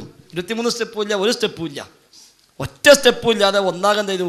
പിരിച്ചു വിട്ടു. ഞങ്ങളൊന്നും പിരിച്ചു വിട്ടിട്ടില്ല, കാരണം നേരത്തെ പറഞ്ഞാൽ പിരിച്ചു വിട്ടാലും പോകില്ല എന്ന് ഉറപ്പിച്ചുകൊണ്ടായിരിക്കാം. അതേസമയം ഒരുപാട് നിയന്ത്രണങ്ങൾ വന്നു. ഇപ്പം തന്നെ നോക്കി സമ്മേളനത്തിൻ്റെ ഭാഗമായിട്ട് സമ്മേളന പ്രവർത്തനത്തെ വേറെ ഒന്നും പാടില്ല എന്ന് പറഞ്ഞു. ശരി, ആയിക്കോട്ടെ. അപ്പോൾ നമ്മളൊക്കെ എന്ത് വിചാരിച്ചു? എന്നാൽ പിന്നെ സമ്മേളന പ്രചാരണത്തെ എല്ലാം കൂടി ഒന്നാക്കി ആയിക്കണ്ട് ഇറങ്ങുക, മുഴുവൻ ഊർജ്ജം അതിലേക്ക് ചെലവഴിക്കാം എന്നൊരിക്കായിരിക്കാം. അപ്പോൾ പറഞ്ഞു എന്ത്? പ്രത്യേകം ലിസ്റ്റപ്പെട്ടത് മാത്രമേ പിടിക്കാൻ പാടുള്ളൂ. അതുകൊണ്ട് പ്രാസംഗികൻ അവിടുന്ന് പറഞ്ഞേച്ചു തരും, സ്വാഗതവും അധ്യക്ഷങ്ങൾ തീരുമാനിച്ചോളിയാണ്. അപ്പോൾ പിന്നെ അതൊക്കെ പുറത്തായി. ഇപ്പം സമ്മേളനം കഴിഞ്ഞപ്പോഴോ ക്യാമ്പയിൻ പ്രഖ്യാപിച്ചു. എന്നിട്ട് പറഞ്ഞു ക്യാമ്പയിൻ പ്രവർത്തനമില്ലാത്ത വേറൊന്നും പാടില്ല. MS-മോ IS-മോ MGMോ സ്വന്തമായി ഒരു പണിയെടുക്കാൻ പാടില്ല. ക്യാമ്പയിൻ്റെ പ്രവർത്തനത്തിനാവട്ടെ ലിസ്റ്റപ്പെട്ടതും അതേപോലെ വർക്ക്ഷോപ്പ് പങ്കെടുത്തതും ഓലെ മാത്രമേ വിളിക്കാൻ പാടുള്ളൂ. ഞാൻ അപ്പോൾ ഇന്നലെ എനിക്ക് ഇതേ വിശദീകരണം ഇന്നലെ എനിക്ക് പയ്യോളി ഉണ്ടായിരുന്നു. അപ്പോൾ ഒരാൾ ചോദിച്ചു, അല്ല ഉസ്താദേ ഈ വർക്ക്ഷോപ്പ് പണിയെടുത്തു എന്നുണ്ടെങ്കിൽ എന്താ അപ്പം ഇതിൻ്റെ ഉദ്ദേശം എന്ന് ചോദിച്ചു. അപ്പോൾ ആ സാധു വിചാരിച്ച് വേറെ ഏതെങ്കിലും വർക്ക്ഷോപ്പ് പണിയെടുത്ത ആൾക്കാർ ഇനിയിപ്പോൾ വൈദ്യുതം വിളിക്കുന്നതാണ് അയാൾ വിചാരിച്ചത്. ഇതേപോലെ പരിപാടികളിൽ പ്രഭാഷണം നടത്താൻ ക്ഷണിക്കേണ്ടത് പ്രഭാഷകർക്കുള്ള വർക്ക്ഷോപ്പിൽ പങ്കെടുത്തവരും സംസ്ഥാന ഭരണസമിതി അംഗീകരിച്ച ലിസ്റ്റിൽ നിന്നുള്ളവരും ആയിരിക്കേണ്ടതാണ്. ആ ഒരു വർക്ക്ഷോപ്പിൽ പങ്കെടുത്താളാണ് ഞാൻ, എന്നിട്ടും ലിസ്റ്റിൽ എൻ്റെ പേരില്ല. അപ്പോൾ അതിനെന്ത് പറഞ്ഞു? വർക്ക്ഷോപ്പിൽ പങ്കെടുത്തവരും ലിസ്റ്റിലുള്ളവരും. അപ്പോൾ വർക്ക്ഷോപ്പിൽ പങ്കെടുത്താലും പോരാ, ലിസ്റ്റിൽ ഉണ്ടാകും വേണം. ഇങ്ങനെയൊക്കെ വന്നപ്പോൾ ദഅവത്ത് നിന്നു, പ്രബോധന മേഖല പറ്റ സ്തംഭിച്ചു, വഴുതില്ലാതായി. ഇനി വേണ്ടെങ്കിൽ ഈ ലിസ്റ്റപ്പെട്ട ആളുകൾ വർക്ക്ഷോപ്പിൽ പങ്കെടുത്തുന്ന ഇഷ്ടപ്പെട്ടുമായ ആളുകൾ ഓരോ നിങ്ങൾ അവരൊന്ന് ബന്ധപ്പെട്ട് നോക്കുക. ഓർക്ക് ആർക്കും പഴയതില്ല, ഓരൊക്കെ ഇപ്പോൾ വരി കുത്തുക. ഇഷ്ടപ്പെട്ടവർക്ക് വർക്ക്ഷോപ്പിൽ പങ്കെടുത്ത് ഇഷ്ടപ്പെട്ടവർക്കൊന്നും ഇപ്പോൾ പഴയതില്ല. വർക്ക്ഷോപ്പ് പങ്കെടുക്കാത്തവർ ഇഷ്ടപ്പെടാത്തവർക്ക് അപ്പോൾ ഒറ്റ ഒഴിവില്ല. കാരണം മുജാഹിദീങ്ങൾ മനസ്സിലാക്കി ഇതൊക്കെ സാധനം വേറെയാണ്, ഇതൊക്കെ ഉദ്ദേശം വേറെയാണ്. അവിടെ ദഅവത്ത് നടക്കന്നെ വേണം, ദഅവത്ത് നിൽക്കാൻ പാടില്ല. ഇന്നും എനിക്കറിയാം, ഒരാൾ എന്നെ വിളിച്ചു, അദ്ദേഹം എന്നോട് പറഞ്ഞു, ഞാൻ ഒരു 5-6 ആളെ ഞങ്ങളുടെ നാട്ടിൽ മറുപടിക്ക് വേണ്ടി വിളിച്ചു. APSൻ്റെ ആളെന്ന് പ്രസംഗിച്ച് പോയി, ഒരിക്കൽ മറുപടി പറയാൻ വേണ്ടി എന്നെ വിളിച്ചിരുന്നു. ഒരിക്കൽ ആർക്കും ഒഴിവില്ല. അവസാനം ഈ ലിസ്റ്റപ്പെട്ട ആളെ വിളിച്ചു. അപ്പം മൂപ്പര് പറഞ്ഞു, ഡേറ്റ് ഇഷ്ടം പോലെ ഉണ്ട്, പക്ഷേ ഞാൻ ക്ലിപ്പിട്ടപ്പോൾ പ്രസംഗിക്കില്ല, മറുപടി പറയുന്നില്ല. അപ്പോൾ ഇദ്ദേഹം ചോദിച്ചു, എന്താ ഇപ്പം നിങ്ങൾ പറയണത്? ലിസ്റ്റ് പെടാത്തവർക്കൊക്കെ വിളിച്ചപ്പോൾ ഡേറ്റ് ഇല്ല എന്നാണ് പറഞ്ഞത്, മറുപടി പറയാൻ റെഡിയാണ്, പക്ഷേ ഡേറ്റ് ഇല്ല എന്നാണ് പറഞ്ഞത്. നിങ്ങൾ പറഞ്ഞു മറുപടി ഞാൻ പറയില്ല, ഡേറ്റ് എനിക്കുണ്ട്. അപ്പോൾ ഇവിടെ എന്തോ പ്രശ്നം ഉണ്ടല്ലോ എന്ന് മൂപ്പര് ചോദിച്ചു. അയാൾ ഇപ്പം എന്നെ വിളിച്ച് പറഞ്ഞു, ആളെ ഞാൻ ഇപ്പോൾ പറയണില്ല. അയാൾ അപ്പോൾ അതാണ് ഇപ്പോൾ സംഭവിച്ചത്. ദഅവത്ത് മുടക്കാനുള്ള പണിയാണെന്ന് മുജാഹിദീക്ക് മനസ്സിലായപ്പോൾ എന്ത് ചെയ്തു? എന്നാൽ ദഅവത്ത് നിൽക്കാൻ പാടില്ല. അത് KNM എന്ന സാധനം ലോകത്തുനിന്ന് പിരിഞ്ഞു പോയാലും ദഅവത്ത് നടക്കേണ്ടതാണല്ലോ. ദഅവത്ത് നടക്കണം, തൗഹീദ് അനുസരിച്ച് ജീവിക്കണം. KNM KJ എന്ന സംവിധാനം ഇല്ലാതായി വിചാരിക്കുക, എന്നാൽ നമുക്കൊക്കെ ഇവിടെ സുന്നിക്ക് പോകാൻ പറ്റുമോ? നമ്മളെപ്പോഴും തൗഹീദിലല്ലേ, ദഅവത്ത് നടക്കണ്ടേ? അപ്പോൾ ദഅവത്ത് നിർത്താനുള്ള ശ്രമമുണ്ടെന്ന് മനസ്സിലായപ്പോൾ മുജാഹിദീൻ ഉണർന്നു, എന്നാൽ ദഅവത്ത് നടക്കട്ടെ. അപ്പോൾ സ്വാഗത സംഘമോ ഐക്യ സംഘമോ എന്തെങ്കിലും പേരിട്ടിട്ട് ദഅവത്ത് ഇറങ്ങി, ശക്തമായ ദഅവത്ത്, ഒറ്റ ദിവസം ഒഴിവില്ലാതെ എന്നും പരിപാടികൾ. അൽഹംദുലില്ലാ. ആവട്ടെ, ചോദിക്കരുത്, ഇവിടുന്നാണ്, അവിടുന്നാണ് ചോദിക്കേണ്ടത്. ഫൈസൽ മുസ്ലിയാർ ദൗറ ഇൽമിയിലെ മെമ്പറാണെന്നുള്ളതൊക്കെ ചോദിക്കുക. KJൻ്റെ ഇവിടെ ഈ നേരത്തെ ശിർക്കാരോപണമാണെന്നുള്ളത് തെളിയിച്ചപ്പോൾ ഇവിടെ പലർക്കും, എനിക്ക് മാത്രമല്ല പലർക്കും ഉണ്ടായൊരു സംശയമാണ്. എനിക്കിപ്പോഴും മനസ്സിലാകാത്തത്, ഇത്രയും ഗൗരവതരമായ തൗഹീദും ശിർക്കും വേർതിരിക്കുന്ന വിഷയമായിട്ടും കൂടി കേരള ജംഇയ്യത്തുൽ ഉലമയുടെ ഈ ബുക്ക് 2 പ്രാവശ്യം ഇറക്കിയിട്ടും അതിൽ ഈ വിവാദം, ഈ ജിന്ന് വിവാദം, ജിന്നിനോടുള്ള സഹായതായിട്ടും വന്നിട്ടേ ഇല്ല. അതെന്തുകൊണ്ട് അത്രയും ഗൗരവതരമായ ശിർക്കിൻ്റെ വിഷയമായിട്ടും മുവാഹിദുകളുടെ ഇടയിൽ, മുജാഹിദുകളുടെ ഇടയിൽ ഇത്രയും ശിർക്കാരോപണം ആണെന്നും അല്ലാന്നും ഉള്ള തർക്കം വന്നിട്ടും ജംഇയ്യത്തുൽ ഉലമയിൽ ഇത് ചർച്ചയ്ക്ക് വന്നിട്ടില്ലേ? ഒന്ന്, അത് മാത്രമല്ല, അതിൻ്റെ 19ാമത്തെ പേജിൽ നേരത്തെ ഇവിടെ കാണിച്ചമായി തന്നെ ഇത് വെറും ആരോപണമാണെന്ന് പറഞ്ഞുകൊണ്ട് പിന്നെ ഈ ജംഇയ്യത്തിൻ്റെ ഉള്ളിൽ ചർച്ച ചെയ്യാതെ നാട്ടുകാരുടെ ഇടയിൽ ഇറങ്ങിയിട്ടത് വിഷയം ആക്കിയതാണോ യാഥാർത്ഥ്യം, അതല്ല KJൻ്റെ ഉള്ളിൽ ചർച്ച വന്നിട്ടുണ്ടോ? ഒന്ന്. രണ്ടാമത്തത്, ഈ KJൻ്റെ മുമ്പിൽ ഫൈസൽ മുസ്ലിയാരും ഹനീഫ് കായക്കൊടിയും കൊടുത്ത പ്രബന്ധത്തിൽ ഇത് ജിന്നിനോടുള്ള സഹായതേട്ടം വസീലത്ത് ശിർക്കും ഹറാം എന്നുള്ളതാണ് ഇപ്പോൾ പുറത്ത് വന്ന വിവരം. പക്ഷെ അതിന് പകരമായി KJൻ്റെ ഫത്വ വന്നപ്പോൾ അതിൽ കാണുന്നത് ശിർക്കാണെന്നാണ്. അപ്പോൾ അതൊന്ന് വിശദീകരിക്കണം എന്നാണ്. യഥാർത്ഥത്തിൽ KJUവിൽ ഇതുമായി ബന്ധപ്പെട്ട ചർച്ചകൾ, ഇപ്പോൾ KJU എന്നുള്ള ശരിക്ക് ജംഇയ്യത്തുൽ ഉലമ, പണ്ഡിതന്മാരുടെ സഭ, 300ഓളം മെമ്പർമാരുള്ളതാണ് KJU. 300ഓളം പണ്ഡിതന്മാരെന്ന് പറയാൻ പറ്റില്ല, കാരണം പണ്ഡിതന്മാർ നമ്മളാരും പണ്ഡിതന്മാരല്ല, നമ്മളൊക്കെ പഠിച്ചുകൊണ്ടിരിക്കുന്ന ആളുകളാണ്. പണ്ഡിതന്മാർ എന്നുള്ള പദം തന്നെ നമുക്ക് പ്രയോഗിക്കാൻ വകുപ്പില്ല. പണ്ട് മടവൂര് പോയപ്പോൾ ഗൾഫിൽ അയാൾ കൂടെ പിന്നെ ഒരു ഇത് കൊടുത്തു, കേരളത്തിൽ 150 ആലിമീങ്ങൾ എൻ്റെ കൂടെയാണ് എന്ന്. അപ്പോൾ ഓർക്ക് അത്ഭുതം, ഈ 150 ആലിമീങ്ങളുണ്ടായിട്ട് പിന്നെ ഓരോ ലോകത്തെവിടെയും കാണുന്നില്ല, എവിടെ ഓരോക്കെയെന്ന് വെച്ച്. കാരണം ഞങ്ങൾ സൗദിയിൽ 4-5 ആളെ ആലിമീങ്ങളുള്ളൂ, നിങ്ങളുടെ നാട്ടിൽ 150 ആലിമീങ്ങളോ എന്നാണ് അവർ ചോദിച്ചത്. അപ്പം 150 ആലിമുണ്ടെങ്കിൽ ലോകം മൊത്തം നന്നാക്കാൻ പോലും മതി. അപ്പോൾ ഓരോ ഇബ്നു ബാസിനെയും അൽബാനിനെയും ഷെയ്ഖ് ഉസൈമീനൊക്കെയാണ് ഓരോ ആലിമായി കാണുന്നത്, മറ്റൊന്നും ആലിമായി കാണില്ല. അപ്പം 150 അല്ല, നമ്മുടെ നാട്ടിലെ ആലിമീങ്ങൾ തന്നെ വിളിച്ചത്. പിന്നെ ചിലർക്ക് തോന്നി ലോകത്തുള്ളവർക്കൊക്കെ വലിയ ആലിമീങ്ങൾ കേരളത്തിലുണ്ട് എന്ന്, അത് വേറെ വിഷയം. ഏതാവട്ടെ, അപ്പം 150 അംഗങ്ങൾ, അല്ല 300ഓളം അംഗങ്ങളാണ് KJUവിൽ ഉള്ളത്. ഇത് ഭരണരംഗത്ത് 2 സമിതിയാണ്, ഒന്ന് ജനറൽ ബോഡി, മറ്റൊന്ന് അതിൻ്റെ എക്സിക്യൂട്ടീവ്. ജനറൽ ബോഡിക്കാണ് കൗൺസിൽ എന്ന് പറയുക. പിന്നെ ഇതിന് പുറമെ വൈജ്ഞാനിക രംഗത്ത് 3 സംവിധാനം ഉണ്ടാക്കിയിട്ടുണ്ട്. ഒന്ന് ഇതിൻ്റെ ഉന്നത സമിതി, നമ്മുടെ മുതിർന്ന പണ്ഡിതന്മാർ. അപ്പോൾ ഒന്ന് ഉന്നത സമിതി, നമ്മുടെ മുതിർന്ന പണ്ഡിതന്മാരും നേതാക്കന്മാരുമായ നമ്മുടെ AP TP അബ്ദുറഹ്മാൻ സലഫി, പറപ്പൂര് MM മദനി അടക്കമുള്ള നമ്മുടെ മുതിർന്ന നേതാക്കന്മാർ ഉൾക്കൊള്ളുന്ന സമിതി. രണ്ടാമത് ഇതിൻ്റെ ഒരു ഗവേഷക ബോഡി, അതായത് അഭിപ്രായ വ്യത്യാസങ്ങളും തർക്കങ്ങളും പ്രശ്നങ്ങളൊക്കെ ഉണ്ടാകുമ്പോൾ ആ വിഷയങ്ങൾ പഠിക്കാനുള്ള ഒരു സമിതി, 14 അംഗ ടീം. അത് ഇന്ന് ദഅ്വാ രംഗത്ത് നിറഞ്ഞു നിൽക്കുന്ന വാദപ്രതിവാദങ്ങൾക്കും മറുപടികൾക്കും എല്ലാം പോകുന്ന നമ്മുടെ പ്രബോധകന്മാർ. അവർക്കാണല്ലോ ഇപ്പോഴത്തെ കറണ്ട് പൾസ് മനസ്സിലാവുക. ഓലാണ് സ്വാഭാവികമായിട്ടും സുന്നാളെ സീഡിയും കേൾക്കും, ജമാഅത്തെ സീഡിയും കേൾക്കും, മടവുചാലത്തും കേൾക്കും, ഓരോ പുസ്തകവും വായിക്കും. ഇതെല്ലാം ചെയ്യുന്ന ടീം ഈ 14 അംഗ സമിതി, ഞങ്ങളൊക്കെ അതിൽ അംഗങ്ങളാണ്. അതിൽ ജബ്ബാർ മൗലവിയുണ്ട്, സക്കരിയ സ്വലാഹിയുണ്ട്, അനീഫ് കായക്കുടിയുണ്ട്, അനസ് മുസ്യാരുണ്ട്, ഞാനുണ്ട്, മുനീർ മദനിയുണ്ട്, അബ്ദുറഹ്മാൻ അൻസാരിയുണ്ട്, ഷാഫി സ്വലാഹിയുണ്ട്, കരുവമ്പൊയിലുണ്ട്, അബ്ദുൽ ഖാദർ കൊണ്ടോട്ടിയുണ്ട്. ഇങ്ങനെയുള്ള 14 ആളുകൾ ഐതിഹ്യങ്ങളുണ്ടായിരുന്നു. അദ്ദേഹം മരിച്ചുപോയി. ഇങ്ങനെ 14 ആളുകൾ ഉൾക്കൊള്ളുന്ന ഒരു സമിതി, അവരാണ് ശരിക്കും വിഷയങ്ങൾ കൈകാര്യം ചെയ്യല്. ഒരു അഭിപ്രായ വ്യത്യാസം ഉണ്ടായാൽ ഇനി ഇല്ലെങ്കിലും മാസത്തിൽ ഒരിക്കൽ ഇവർ ഒരുമിച്ച് കൂടും ജാമിയ സലഫിയയിൽ പുളിക്കലി.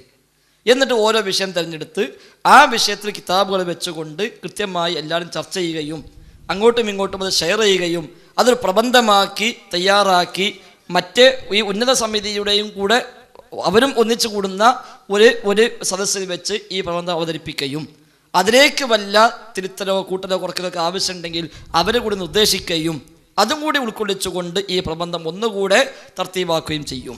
മൂന്നാമത്തെ സമിതി ഖത്തീബുമാരും അതേപോലെ നമ്മുടെ ഈ ദഅ്വാ രംഗത്ത് വളർന്നു വരുന്ന ആളുകളുമായ ആളുകൾ, ക്ലാസ് എടുക്കാനും കുറച്ചൊക്കെ പ്രസംഗിക്കാനും പോകുന്നവർ, അവർ ബാക്കി മെമ്പർമാരൊക്കെ ഉണ്ട്. മെമ്പർഷിപ്പ് ഇല്ലാത്തവരും കുറച്ചാളൊക്കെ അതിലുണ്ട്.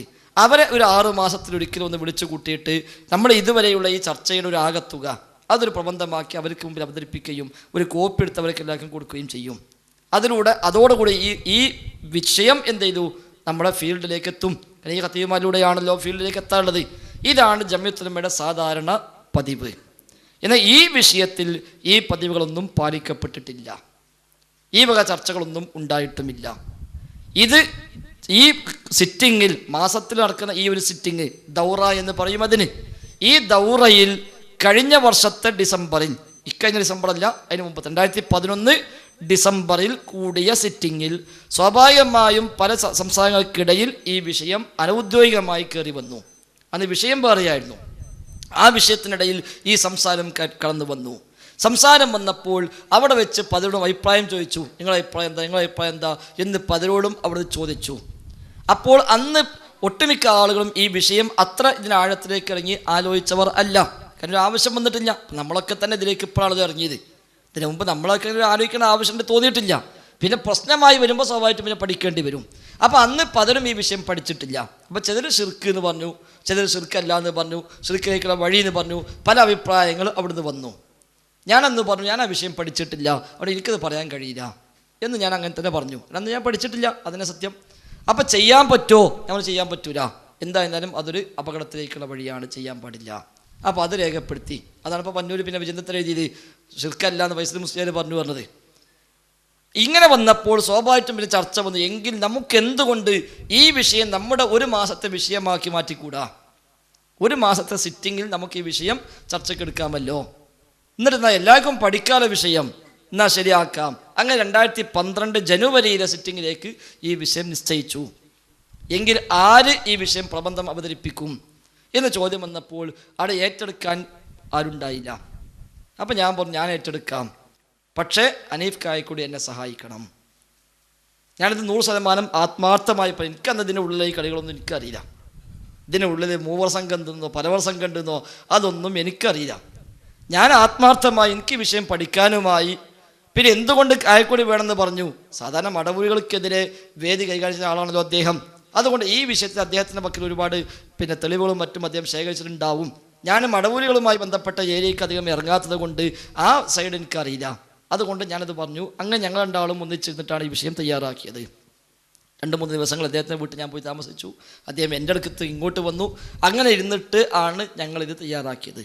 അതിൻ്റെ 95% കായക്കൊടിയുടെ ഭാഗത്ത് തന്നെയാണ്. കാരണം അദ്ദേഹം വന്നപ്പോൾ അദ്ദേഹത്തിൻ്റെ ഭാഗത്ത് കുറേ ഫത്വയും മറ്റും മറിച്ചൊക്കെ അദ്ദേഹം വന്നു. അപ്പം ഞാൻ മനസ്സിലാക്കി അൽഹംദുലില്ലാ അദ്ദേഹത്തെ എല്ലാം ഉണ്ടല്ലോ, അപ്പം എനിക്ക് പണി എളുപ്പമായി എന്ന് മനസ്സിലാക്കി. അങ്ങനെ ഞങ്ങൾ ഒരു പ്രബന്ധം അവതരിപ്പിച്ചു. ആ പ്രബന്ധമാണ് ഇത്. 18 പേജുള്ള പ്രബന്ധം. ഇത് ടൈപ്പ് ചെയ്തടക്കം അനീഫ് കായക്കൊടിയാണ്. ഇത് 2011 ജനുവരിയിൽ അവിടെ സമർപ്പിച്ചു. 2012 ജനുവരിയിൽ ഇതവിടെ സമർപ്പിച്ചു. ഞാനാണ് ജമിഅത്തുൽ ഉലമയുടെ ആ സിറ്റിങ്ങിൽ ഇത് വായിച്ച് അവതരിപ്പിച്ചു. അത് അവിടെ വാങ്ങി വെച്ചു.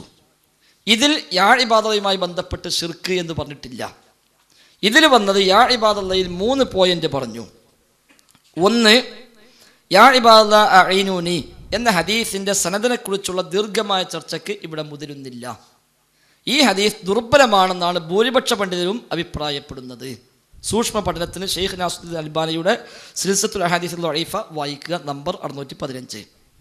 എന്നിട്ട് 2, ഈ ഹദീസ് സ്വീകാര്യമാണെങ്കിൽ പോലും അള്ളാഹു അല്ലാത്തവരോടുള്ള പ്രാർത്ഥനയ്ക്ക് ഇത് തെളിവല്ല എന്ന് പണ്ഡിതന്മാർ വിശദീകരിക്കുകയും അതിനുള്ള ന്യായങ്ങളും തെളിവുകളും സമർപ്പിക്കുകയും ചെയ്തിട്ടുണ്ട്.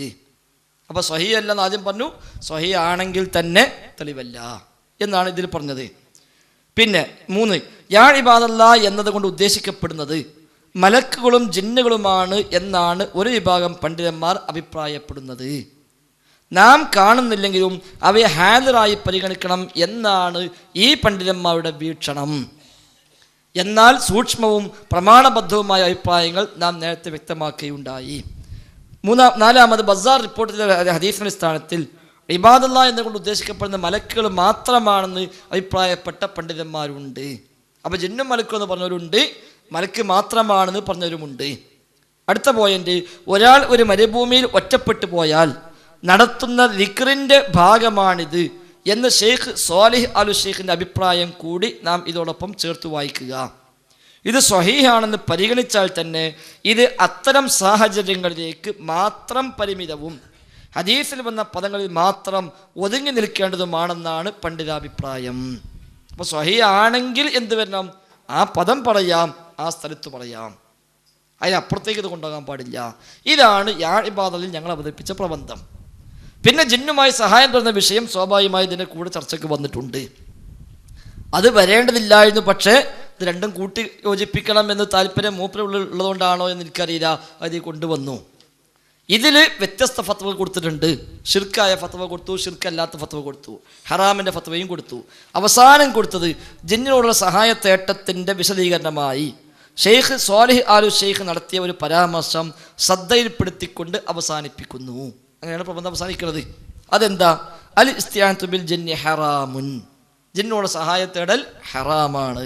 സവാഉൻ കാനത് ഇസ്തിആനതു ബിൽ ജിന്നിയിൽ കാഫിർ ശൈത്വാനി അം ബിൽ ജിന്നിയിൽ മുസ്ലിമി, മുസ്ലിം ജിന്നാവട്ടെ കാഫിറും ശൈത്താനുമായ ജിന്നാവട്ടെ രണ്ടായാലും ഹറാമാണ്.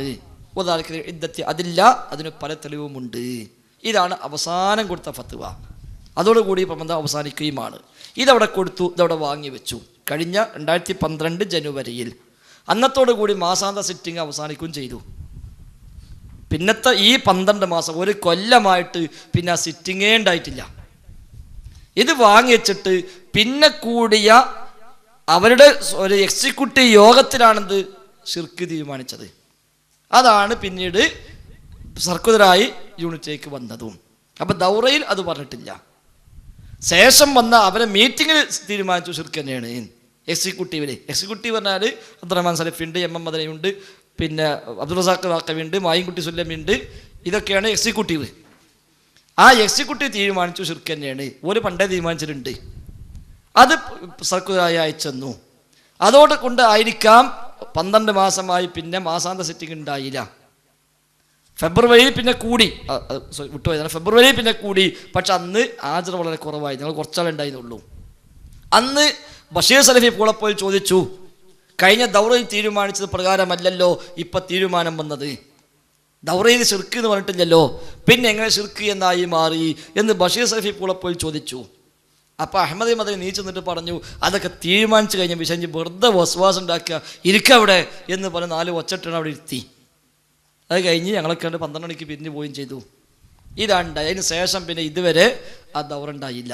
ദൗറ ഉണ്ടായ സ്വാഭാവികം ചെയ്യും, ഈ പണ്ഡിതന്മാർക്ക് വീണ്ടും ഒരുമിച്ച് കൂടും, അപ്പോൾ വീണ്ടും ചർച്ച വരും. അപ്പോൾ ഒരുമിച്ച് കൂടാൻ വേദി തന്നെ ഇല്ലാതാക്കി. വേറെ എവിടെ ഒരുമിച്ച് കൂടിയ ഗ്രൂപ്പ് മീറ്റിംഗ് ആയി വ്യാഖ്യാനിക്കും ചെയ്യും. വേറെ എവിടെയും കൂടിയ ഗ്രൂപ്പ് മീറ്റിംഗ് ആയി. എന്നാൽ ഇവിടെ കൂടാൻ ചാൻസ് ഉണ്ടോ? അതിട്ടില്ല താനും. പിന്നെ ഇടയ്ക്കിടയ്ക്ക് എക്സിക്യൂട്ടീവ് കൂടും, ഓരോ തീരുമാനം വരും. എന്നിട്ട് എന്ത് ചെയ്യും? അത് KJയുടെ തീരുമാനം എന്ന് പറയും. യഥാർത്ഥത്തിൽ ഇപ്പോൾ KJയുടെയും KNMൻ്റെയും ബോഡി, എക്സിക്യൂട്ടീവ് ബോഡി എടുത്താൽ ഏകദേശം ഒരേ ആളുകളാണ്, കാര്യമായ വ്യത്യാസമൊന്നുമില്ല. അപ്പോൾ മുജാഹിദ് സെൻ്റർ യോഗം കൂടിയാൽ KNMൻ്റെ യോഗമായി, പുടിക്കൽ യോഗം കൂടിയാൽ ജമിയത്തുലമയുടെ യോഗമായി. മുജാഹിദ് സെൻ്റർ യോഗം കൂടുമ്പോൾ TP അധ്യക്ഷനായിരിക്കും, സെക്രട്ടറി AP മിക്കവാറും ഉണ്ടാവില്ല. അപ്പോൾ അബ്ദുറഹ്മാൻ സലഫി സ്വാഗതം പറയും, മൂപ്പരേക്കും കൈകാര്യം ചെയ്യാം. MM മദനി പുറത്തവിടെ സദസ്സിലുണ്ടാവും ചെയ്യും. എന്നിട്ട് ചർച്ച ചെയ്യും. അപ്പോൾ തീരുമാനം വരും, നമുക്കിത് ജമിയത്തുലമയോട് ആവശ്യപ്പെടാം. അപ്പോൾ അത് മിനിറ്റ്സിൽ എഴുതി ജമിയത്തുലമയ്ക്ക് കത്തയക്കും. പിന്നത്തെ ആഴ്ച പുളിക്ക യോഗം ചേരും. അധ്യക്ഷൻ TP, കാരണം ഉമരി വരില്ല. സ്വാഗതം MM മദനി, അബ്ദുറഹ്മാൻ സലഫിയോട് ഉണ്ടാവും. എന്നിട്ട് വായിക്കും, KNMൻ്റെ കത്ത് കിട്ടിയിട്ടുണ്ട്, അതുകൊണ്ട് ഇതിൽ നമുക്ക് പ്രാമാണികമായ തീരുമാനത്തിലേക്ക് എത്തണം. അപ്പോൾ ചർച്ച ചെയ്ത് തീരുമാനത്തിലേക്ക് എത്തി. അത് KNM മറുപടി എടുക്കും. അപ്പം എന്തായി? KNM വൈജ്ഞാനികമായ തീരുമാനം ജമിയത്തുലമ ആവശ്യപ്പെട്ടു. ജമിയത്തുലമ അത് തീരുമാനം തന്നു. അപ്പോൾ KNM KJ മൈക്ക് കണ്ടിന് അംഗീകരിച്ചു.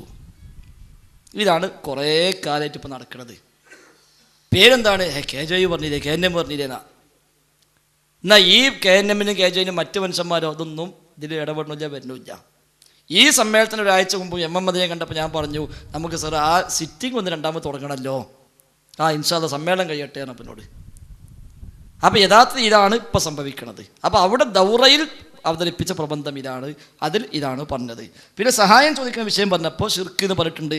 അതെവിടെ പറഞ്ഞത്? അതിന് ഫസ്റ്റ് തന്നെ പറഞ്ഞു ഇതിൽ പഠനവിധേയമാക്കിയ കാര്യങ്ങൾ എന്ന് പറഞ്ഞപ്പോൾ തന്നെ പറഞ്ഞെന്താ?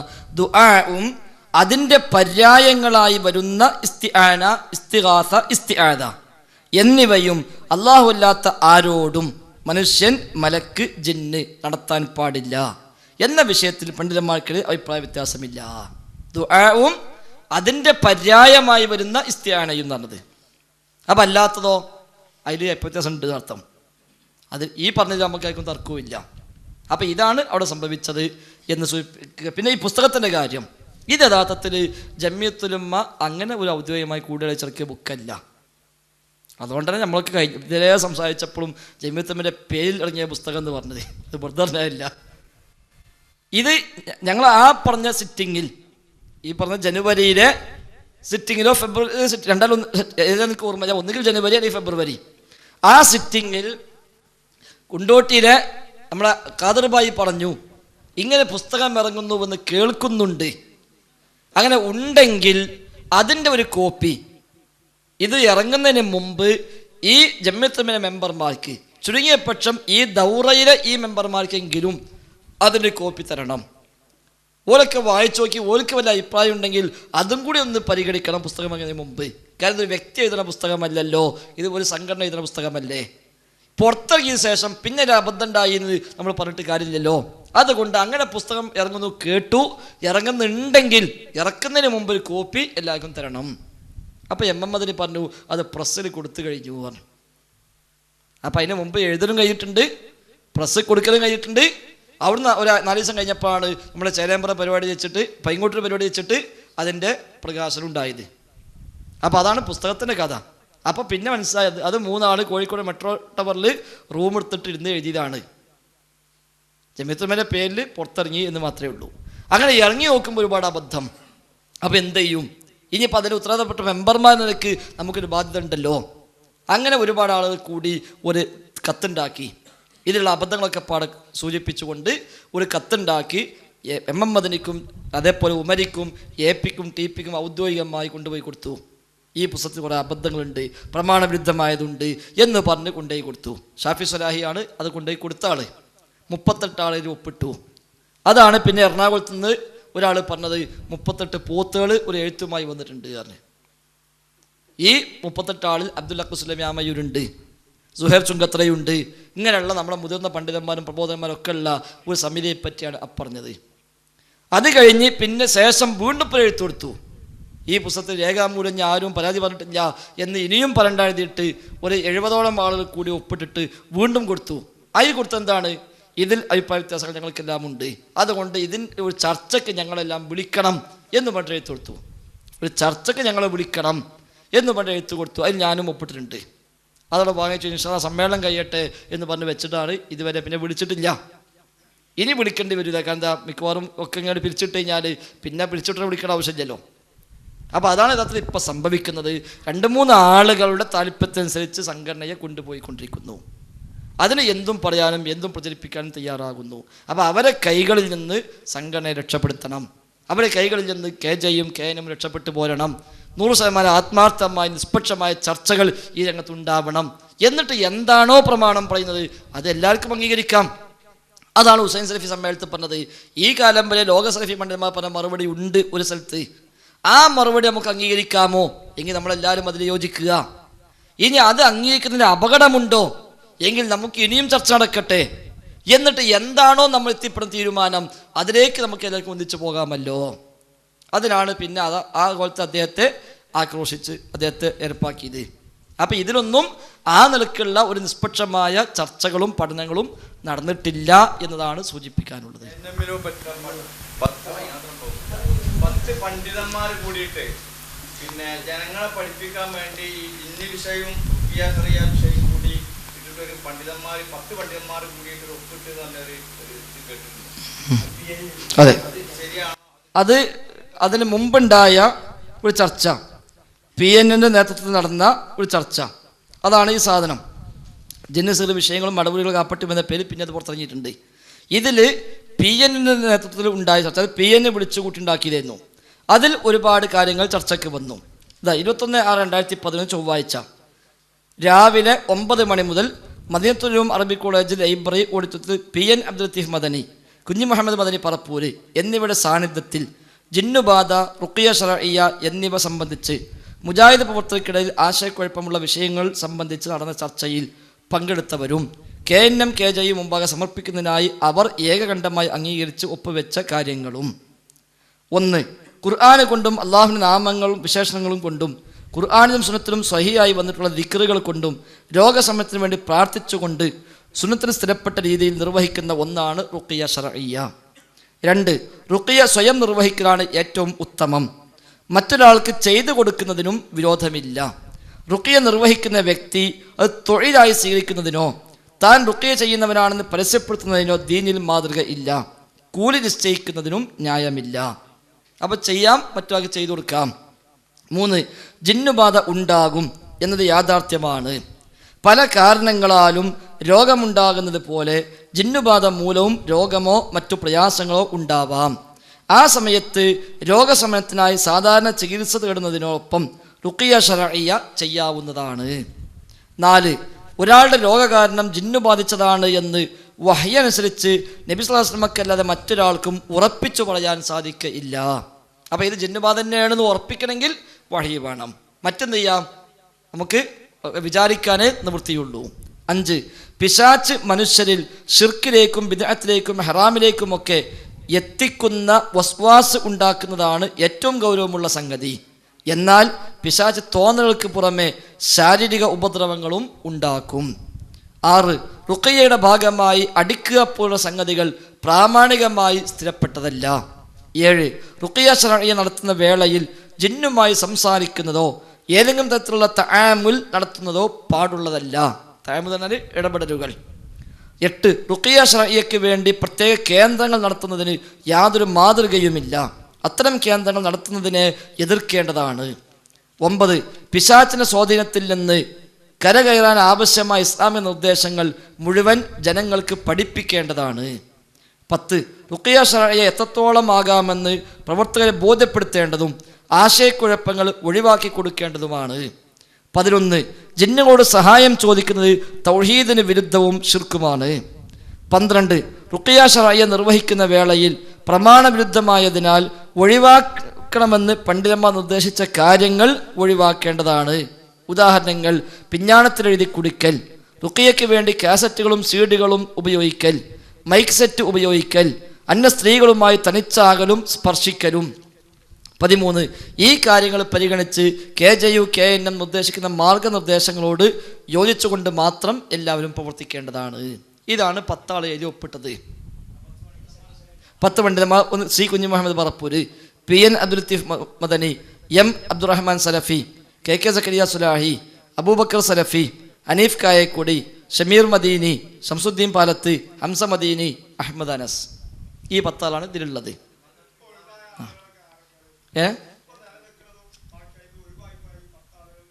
എങ്ങനെ ഒഴിവായത്? ഇതിലിപ്പോൾ ഒന്ന് പറപ്പൂരിന് പേരിന് ക്ഷണിക്കുന്നുണ്ടെങ്കിലും അത് ക്ഷണിക്കുന്നു പറയാൻ വേണ്ടി മാത്രം ഇപ്പോൾ നടക്കുന്നത്. PN അബ്ദുൽ ലത്തീഫ് മദനി ഏതായാലും ഇപ്പോൾ തഴയപ്പെട്ടു, സമ്മേളനത്തിൽ പോലും ഇല്ല.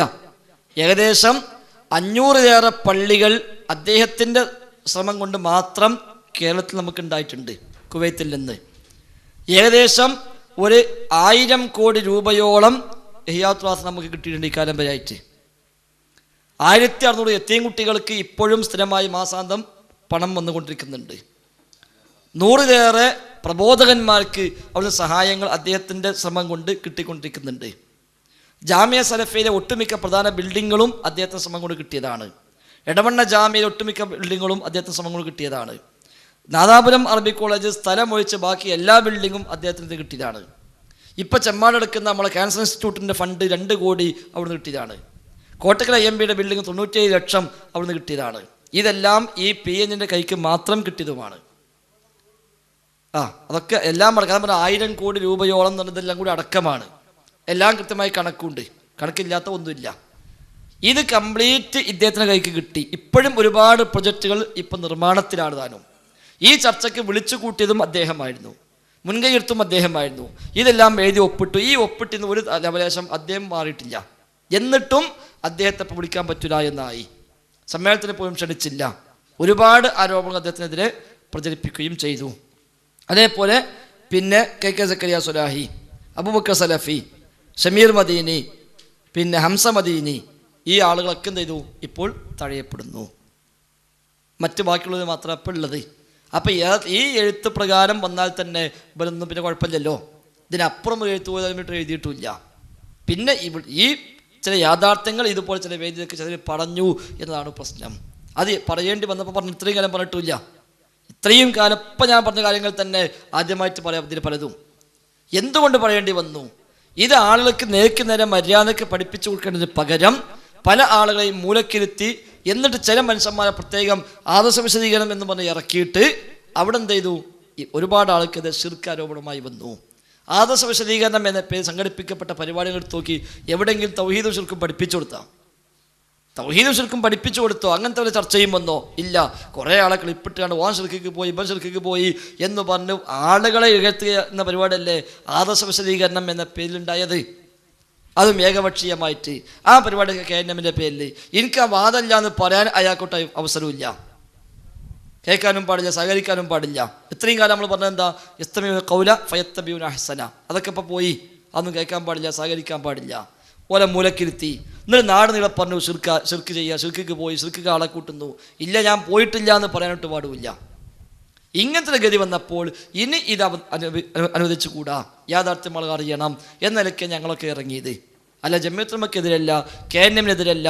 KNM-ൻ്റെയും KJU-വിൻ്റെയും ഈ പ്രഖ്യാപിത നിലപാട് 100% നമ്മളൊക്കെ അംഗീകരിക്കുന്നു. ഇതിന് വിരുദ്ധമായ ചില പ്രവർത്തനങ്ങൾ ഉണ്ടായപ്പോൾ ഇത് ശരിയല്ല, ഇത് പ്രസ്ഥാനത്തെ തകർക്കാൻ ചില മനുഷ്യന്മാരുടെ പരിശ്രമങ്ങളാണ് എന്ന് പറയേണ്ടി വന്നതുകൊണ്ട് മാത്രം പറഞ്ഞു. അതും പൊതു സ്റ്റേജിൽ പറഞ്ഞില്ല. ഇതുപോലെ അതിന് പ്രത്യേകം വിളിച്ചു കേൾക്കപ്പെട്ട വേദിയിൽ മാത്രമേ പറഞ്ഞിട്ടുള്ളൂ. ആദർശ വിശദീകരണം എന്ന പേരിൽ നമ്മൾ അത് പരിപാടി വെച്ചിട്ടില്ല. വെച്ചോടത്തൊക്കെ ആളുകൾക്ക് കൃത്യമായി ആദർശം പഠിപ്പിക്കുക എന്നല്ലാതെ നമ്മൾ വ്യക്തികളെ പരാമർശിക്കലോ ആ വക ശൈലികളോ ഉണ്ടാവാറില്ല. എന്നാൽ തിരിച്ച് സംഘടിപ്പിച്ച വേദിയിലോ അത് പങ്കെടുത്ത ആളുകൾക്കറിയാം, വ്യക്തിപരമായ പരാമർശങ്ങളും ആളാക്ഷേപിക്കലുമാണ് അവിടെ എല്ലാം ഉണ്ടായത് എന്നതാണ്. അപ്പോൾ ആ ഒരു രീതിയിലേക്ക് ചില മനുഷ്യന്മാരെ കൊണ്ടുപോയപ്പോൾ അത് തടയിടാൻ വേണ്ടി ശ്രമിച്ചിട്ടുണ്ട് എന്ന് മാത്രം. സ്വലാഹിയെ തിരുത്തിയത് സലാഹിനെ തിരുത്തി എന്ന് പറഞ്ഞു. അപ്പോൾ ഈ പിന്നെ ഇപ്പോൾ വളരെ വിവാദമായിട്ടുള്ള കാര്യമുള്ള ഈ പൊയക്കരയിലെ ആ വിഷയം പറഞ്ഞ ആ ഉദാഹരണത്തിൽ എന്തെങ്കിലും പ്രശ്നമുണ്ടോ എന്നാണ് ഫൈസൽ മുസ്ലിയാരുടെ അഭിപ്രായം എന്താണെന്നാണ്? ആ ഉദാഹരണത്തിൽ പ്രശ്നമില്ല, പക്ഷെ ആ ഉദാഹരണം പലർക്കും ദുരുപയോഗം ചെയ്യാൻ വഴിയൊരുക്കുന്നതാണ്. എന്നുവെച്ചാൽ എല്ലാവരും 100% ആത്മാർത്ഥമായും സക്കരിയ സുലാഹി പറഞ്ഞ എല്ലാ വിശദത്തോടു കൂടിയും അത് എടുക്കുകയാണെങ്കിലോ ഒരു കുഴപ്പമില്ല. അതിൽ നടത്തി മാറ്റിയിട്ട് ആ സാധനം മാത്രം എടുത്ത് അത് ക്ലിപ്പിട്ട് എന്നിട്ട് അതിന്ന് പൊന്നാനിയിൽ കടലിലേക്ക് പോകുമ്പോൾ പോകാൻ ജന്നെ വിളിക്കുന്ന വില കൂട്ടിക്കൊടുപ്പിച്ചിട്ട് ഇതേ കണ്ട് ഫിറ്റാക്കി ഇപ്പോൾ ഇത് ദുരുപയോഗം ചെയ്യാൻ പറ്റി. അതുകൊണ്ട് അങ്ങനത്തെ ഉദാഹരണങ്ങൾ പ്രയോഗിക്കുന്നത് ശ്രദ്ധിക്കണം എന്നാണ് ഞാൻ തിരുത്തി പറഞ്ഞത്.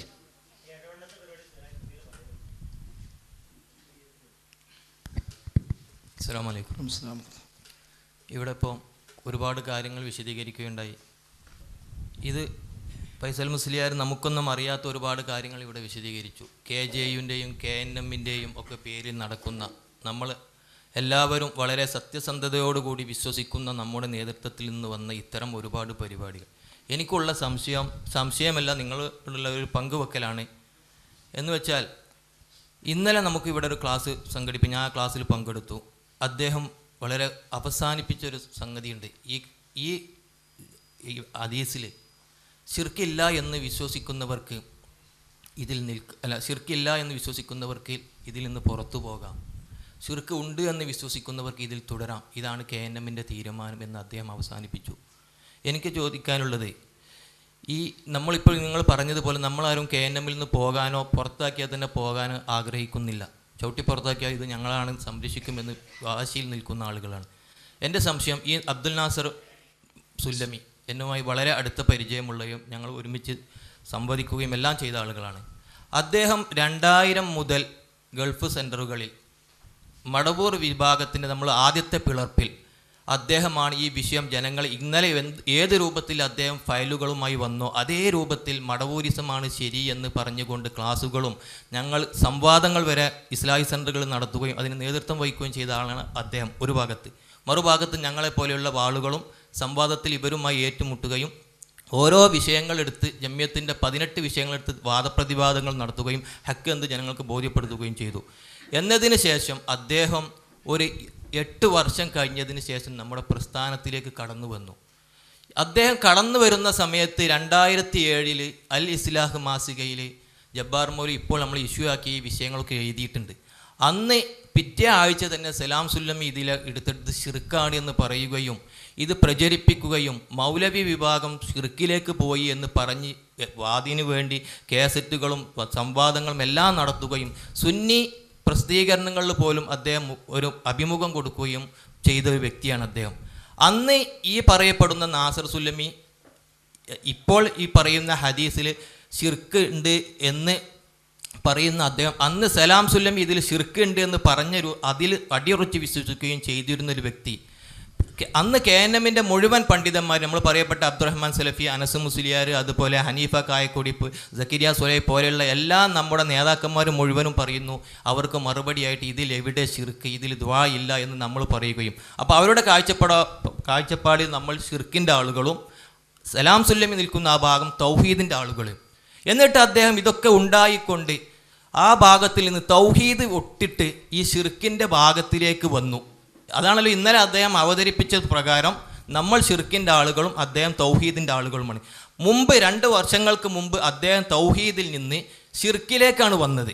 എൻ്റെ സംശയം അദ്ദേഹം ആ തൗഹീദ് സത്യം അറിഞ്ഞുകൊണ്ടും അവിടെ നിന്ന് ഇങ്ങോട്ട് വരാനുള്ള കാരണം ഇപ്പം നമ്മളെല്ലാവരും സംശയിക്കുന്നത് പോലെ ഈ ഒരു വാദം ഈ പ്രസ്ഥാനത്തിലേക്ക് കൊണ്ടുവന്നിട്ട് ഇതിൻ്റെ നേതാക്കന്മാരിൽ ഇത്തരം ചിന്തകളും ഇതുപോലുള്ള കേസറ്റുകളും കാണിച്ചു കൊടുത്തുകൊണ്ട് അവരുടെ ഒരു ചിന്ത ഈ പ്രസ്ഥാനത്തിലേക്ക് കൊണ്ടുവരാൻ ആയിരുന്നില്ലേ എന്നൊരു സംശയം എനിക്കുണ്ട്. ഞാൻ ഇന്നലെ അദ്ദേഹവുമായി അത് പങ്കുവെക്കാൻ ശ്രമിച്ചു. അപ്പോൾ പല ആളുകളും എന്നോട് തടഞ്ഞിട്ട് അദ്ദേഹം എന്ന് വന്നു എന്ന് നീ ചോദിക്കേണ്ട, ഞാൻ അതല്ല ഉദ്ദേശിച്ചത്. ഞാൻ ഇത് തെറ്റിദ്ധരിക്കപ്പെട്ടതുകൊണ്ടാണ് ഞാൻ ഇവിടെ ചോദിക്കുന്നത്. എന്നെ ആ വേദിയിലേക്ക് ക്ഷണിച്ച അജ്മൽ എന്നൊരു വ്യക്തി പറഞ്ഞു അങ്ങനെ ചോദിക്കാൻ പാടില്ല, സുന്നീന്ന മുജാഹിദ് ആളുകൾക്ക് എപ്പോഴോ വരും. പക്ഷേ ഞാൻ ഉദ്ദേശിച്ചത് തൗഹീദിൽ നിന്ന് ഷിർക്കിലേക്കാണ് അദ്ദേഹത്തിൻ്റെ കാഴ്ചപ്രകാരം അദ്ദേഹം വന്നിട്ടുള്ളത്. അപ്പോൾ ഇത് ഒരു ഗൂഢാലോചനയുടെ ഫലമായിരുന്നില്ലേ എന്നാണ് എൻ്റെ സംശയം. ഇതിന് വല്ല ഈ ഇത്രയും ആളുകളിൽ നിന്ന് ഇങ്ങനെ പോയിട്ട് വന്ന് ഇതിൽ പ്രസ്ഥാനത്തിൽ പ്രവർത്തിച്ചിട്ട് ഇതിനെ എന്തെങ്കിലും ആക്കിയാൽ ഈ മടവൂർ ലൈനിലേക്ക് കൊണ്ടുപോകാനുള്ള വല്ല ഒരു ഗൂഢാലോചനയും നിങ്ങളുടെയൊക്കെ അനുഭവത്തിലുണ്ടോ? ഞങ്ങൾ പുറത്ത് പ്രവർത്തിക്കുന്നവരാണ്, ഉള്ളിൽ കയറി പ്രവർത്തിക്കാൻ ഞങ്ങൾ ആയിട്ടില്ല. അതുകൊണ്ട് എന്തെങ്കിലും നിങ്ങൾ അനുഭവത്തിലുണ്ടോ എന്ന് അറിയാൻ വലിയ താല്പര്യമുണ്ട്. ന്യായമായും സംശയിക്കേണ്ടുന്ന ഒരു സംശയം തന്നെയാണത്. സാധാരണ ഇപ്പോൾ ആളുകൾ മാറി വരൽ സ്വാഭാവികമാണ്. ഇപ്പം നമ്മളൊക്കെ സുന്നിന്ന് വന്നു, അയാൾ മടവൂരിൽ നിന്ന് വന്നു, അപ്പം പലയിടത്തുനിന്നും ആളുകൾ വരാറുണ്ട്. അത് നമ്മളെല്ലാവരും അങ്ങനെ തന്നെ പലയിടത്തുനിന്നും വന്നവർ തന്നെയാണ്.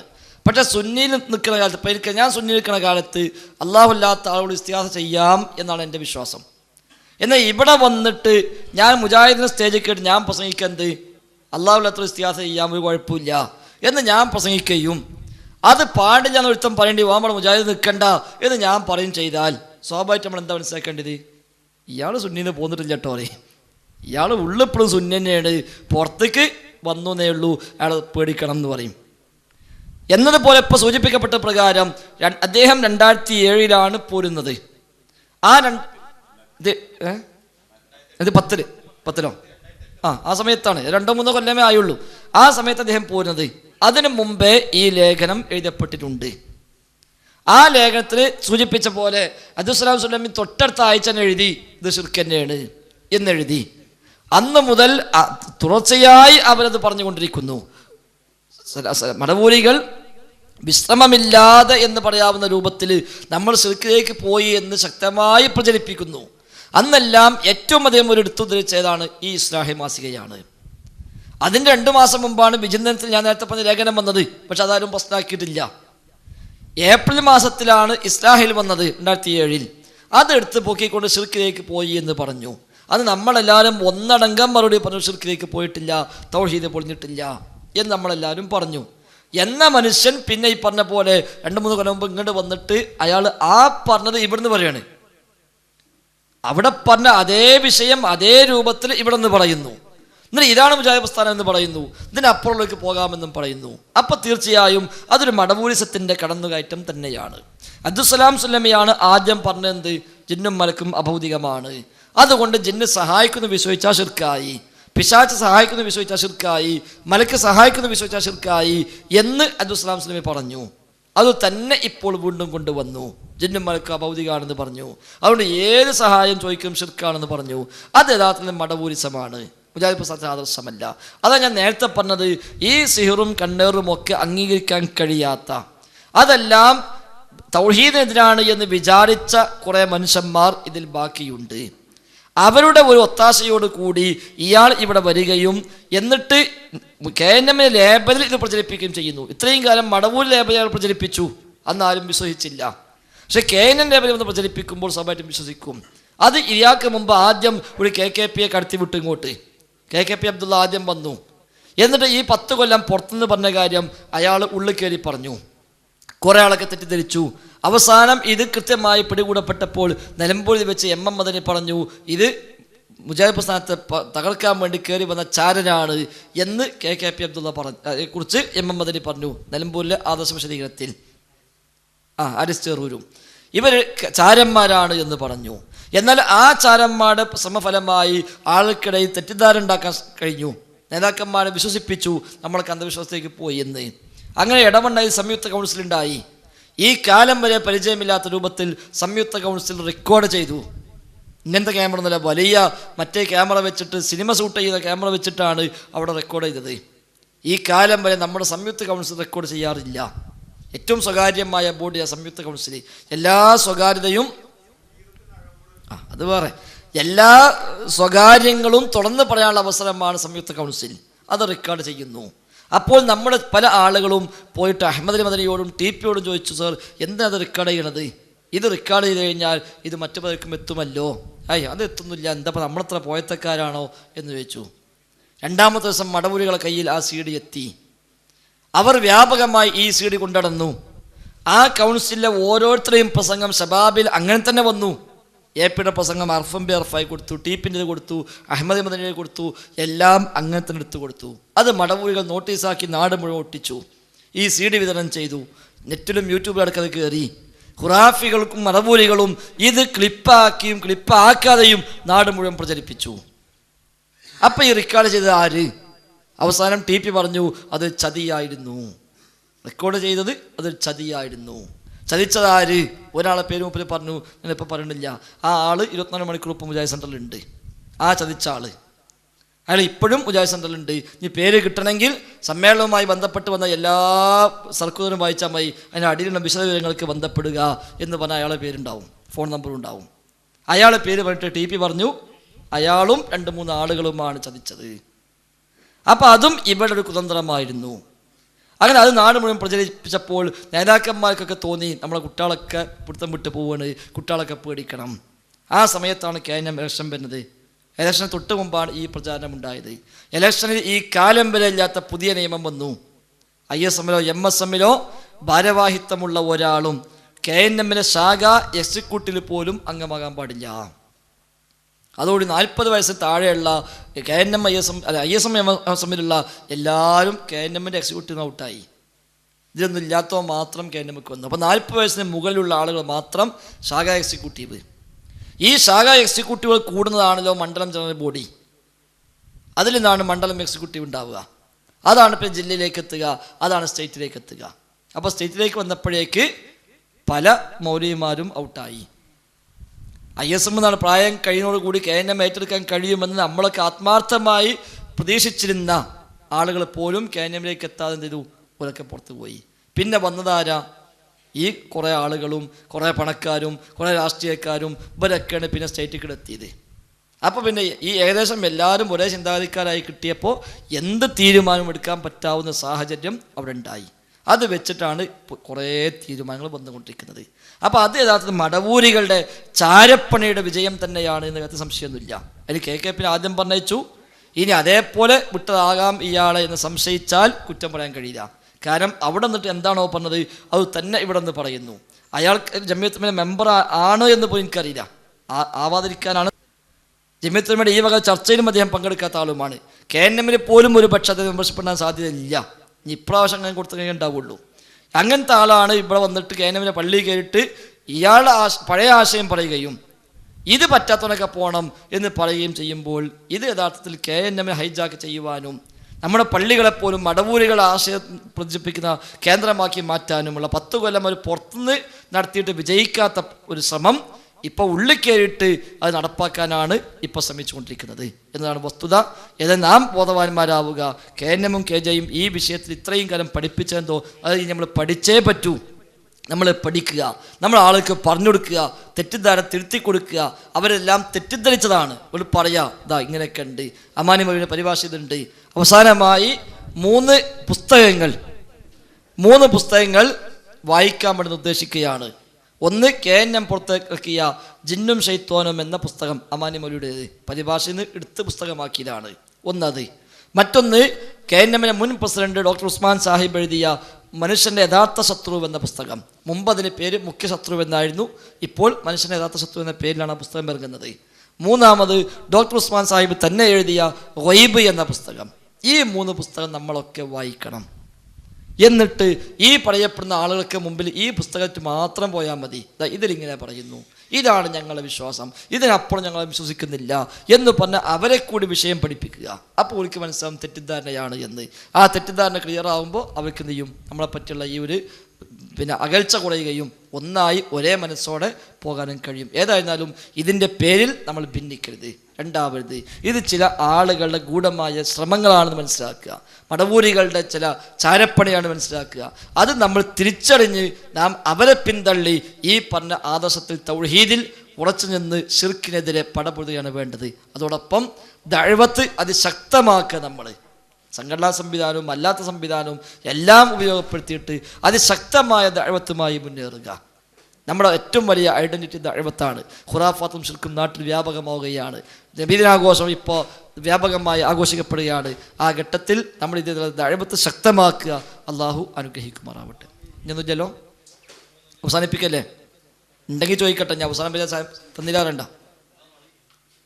ഉണ്ടോ? അപ്പം ഇൻഷാ അല്ലാഹ് നമ്മളെല്ലാവരും എല്ലാവർക്കും വേണ്ടിയും പരസ്പരം ദുആ ചെയ്യുക. ചോദ്യണ്ട മലിക് ജിന്നിൻ്റെ വിഷയം എന്ത് വന്നാലും അതിൽ നമ്മൾ നോക്കണ്ടില്ല, അത് ഹറാമാണെന്ന് പറഞ്ഞു. അപ്പോൾ അതേപോലെ തന്നെയാണല്ലോ മലക്കിൻ്റെ വിഷയം വരിക. അപ്പോൾ ആജറബീൻ്റെ സംഭവം, ആജറബി ചോദിച്ചത് നിഷിദ്ധമുള്ള മലക്കിൻ്റെ വിഷയത്തിൽ വസിയത്തു ശിർക്ക് എന്നൊരു വകുപ്പ് മലക്കുമായി ബന്ധപ്പെട്ട് വരുന്നില്ല. കാരണം മലക്ക് നമ്മൾ ശിർക്കിലേക്ക് കൊണ്ടുപോയില്ല. അതേസമയം ആ വിളി കേട്ടുകൊണ്ട് വന്നത് മലക്കാണോ അല്ലേ നമുക്കറിയില്ല. ചിലപ്പോൾ മലക്കിനെ വിളിക്കുമ്പോൾ ആ ചാൻസ് ഉപയോഗപ്പെടുത്തി ഒരു ശൈത്താൻ കയറി വരും. അങ്ങനത്തെ സാധ്യത അവിടെ ബാക്കിയുണ്ട്.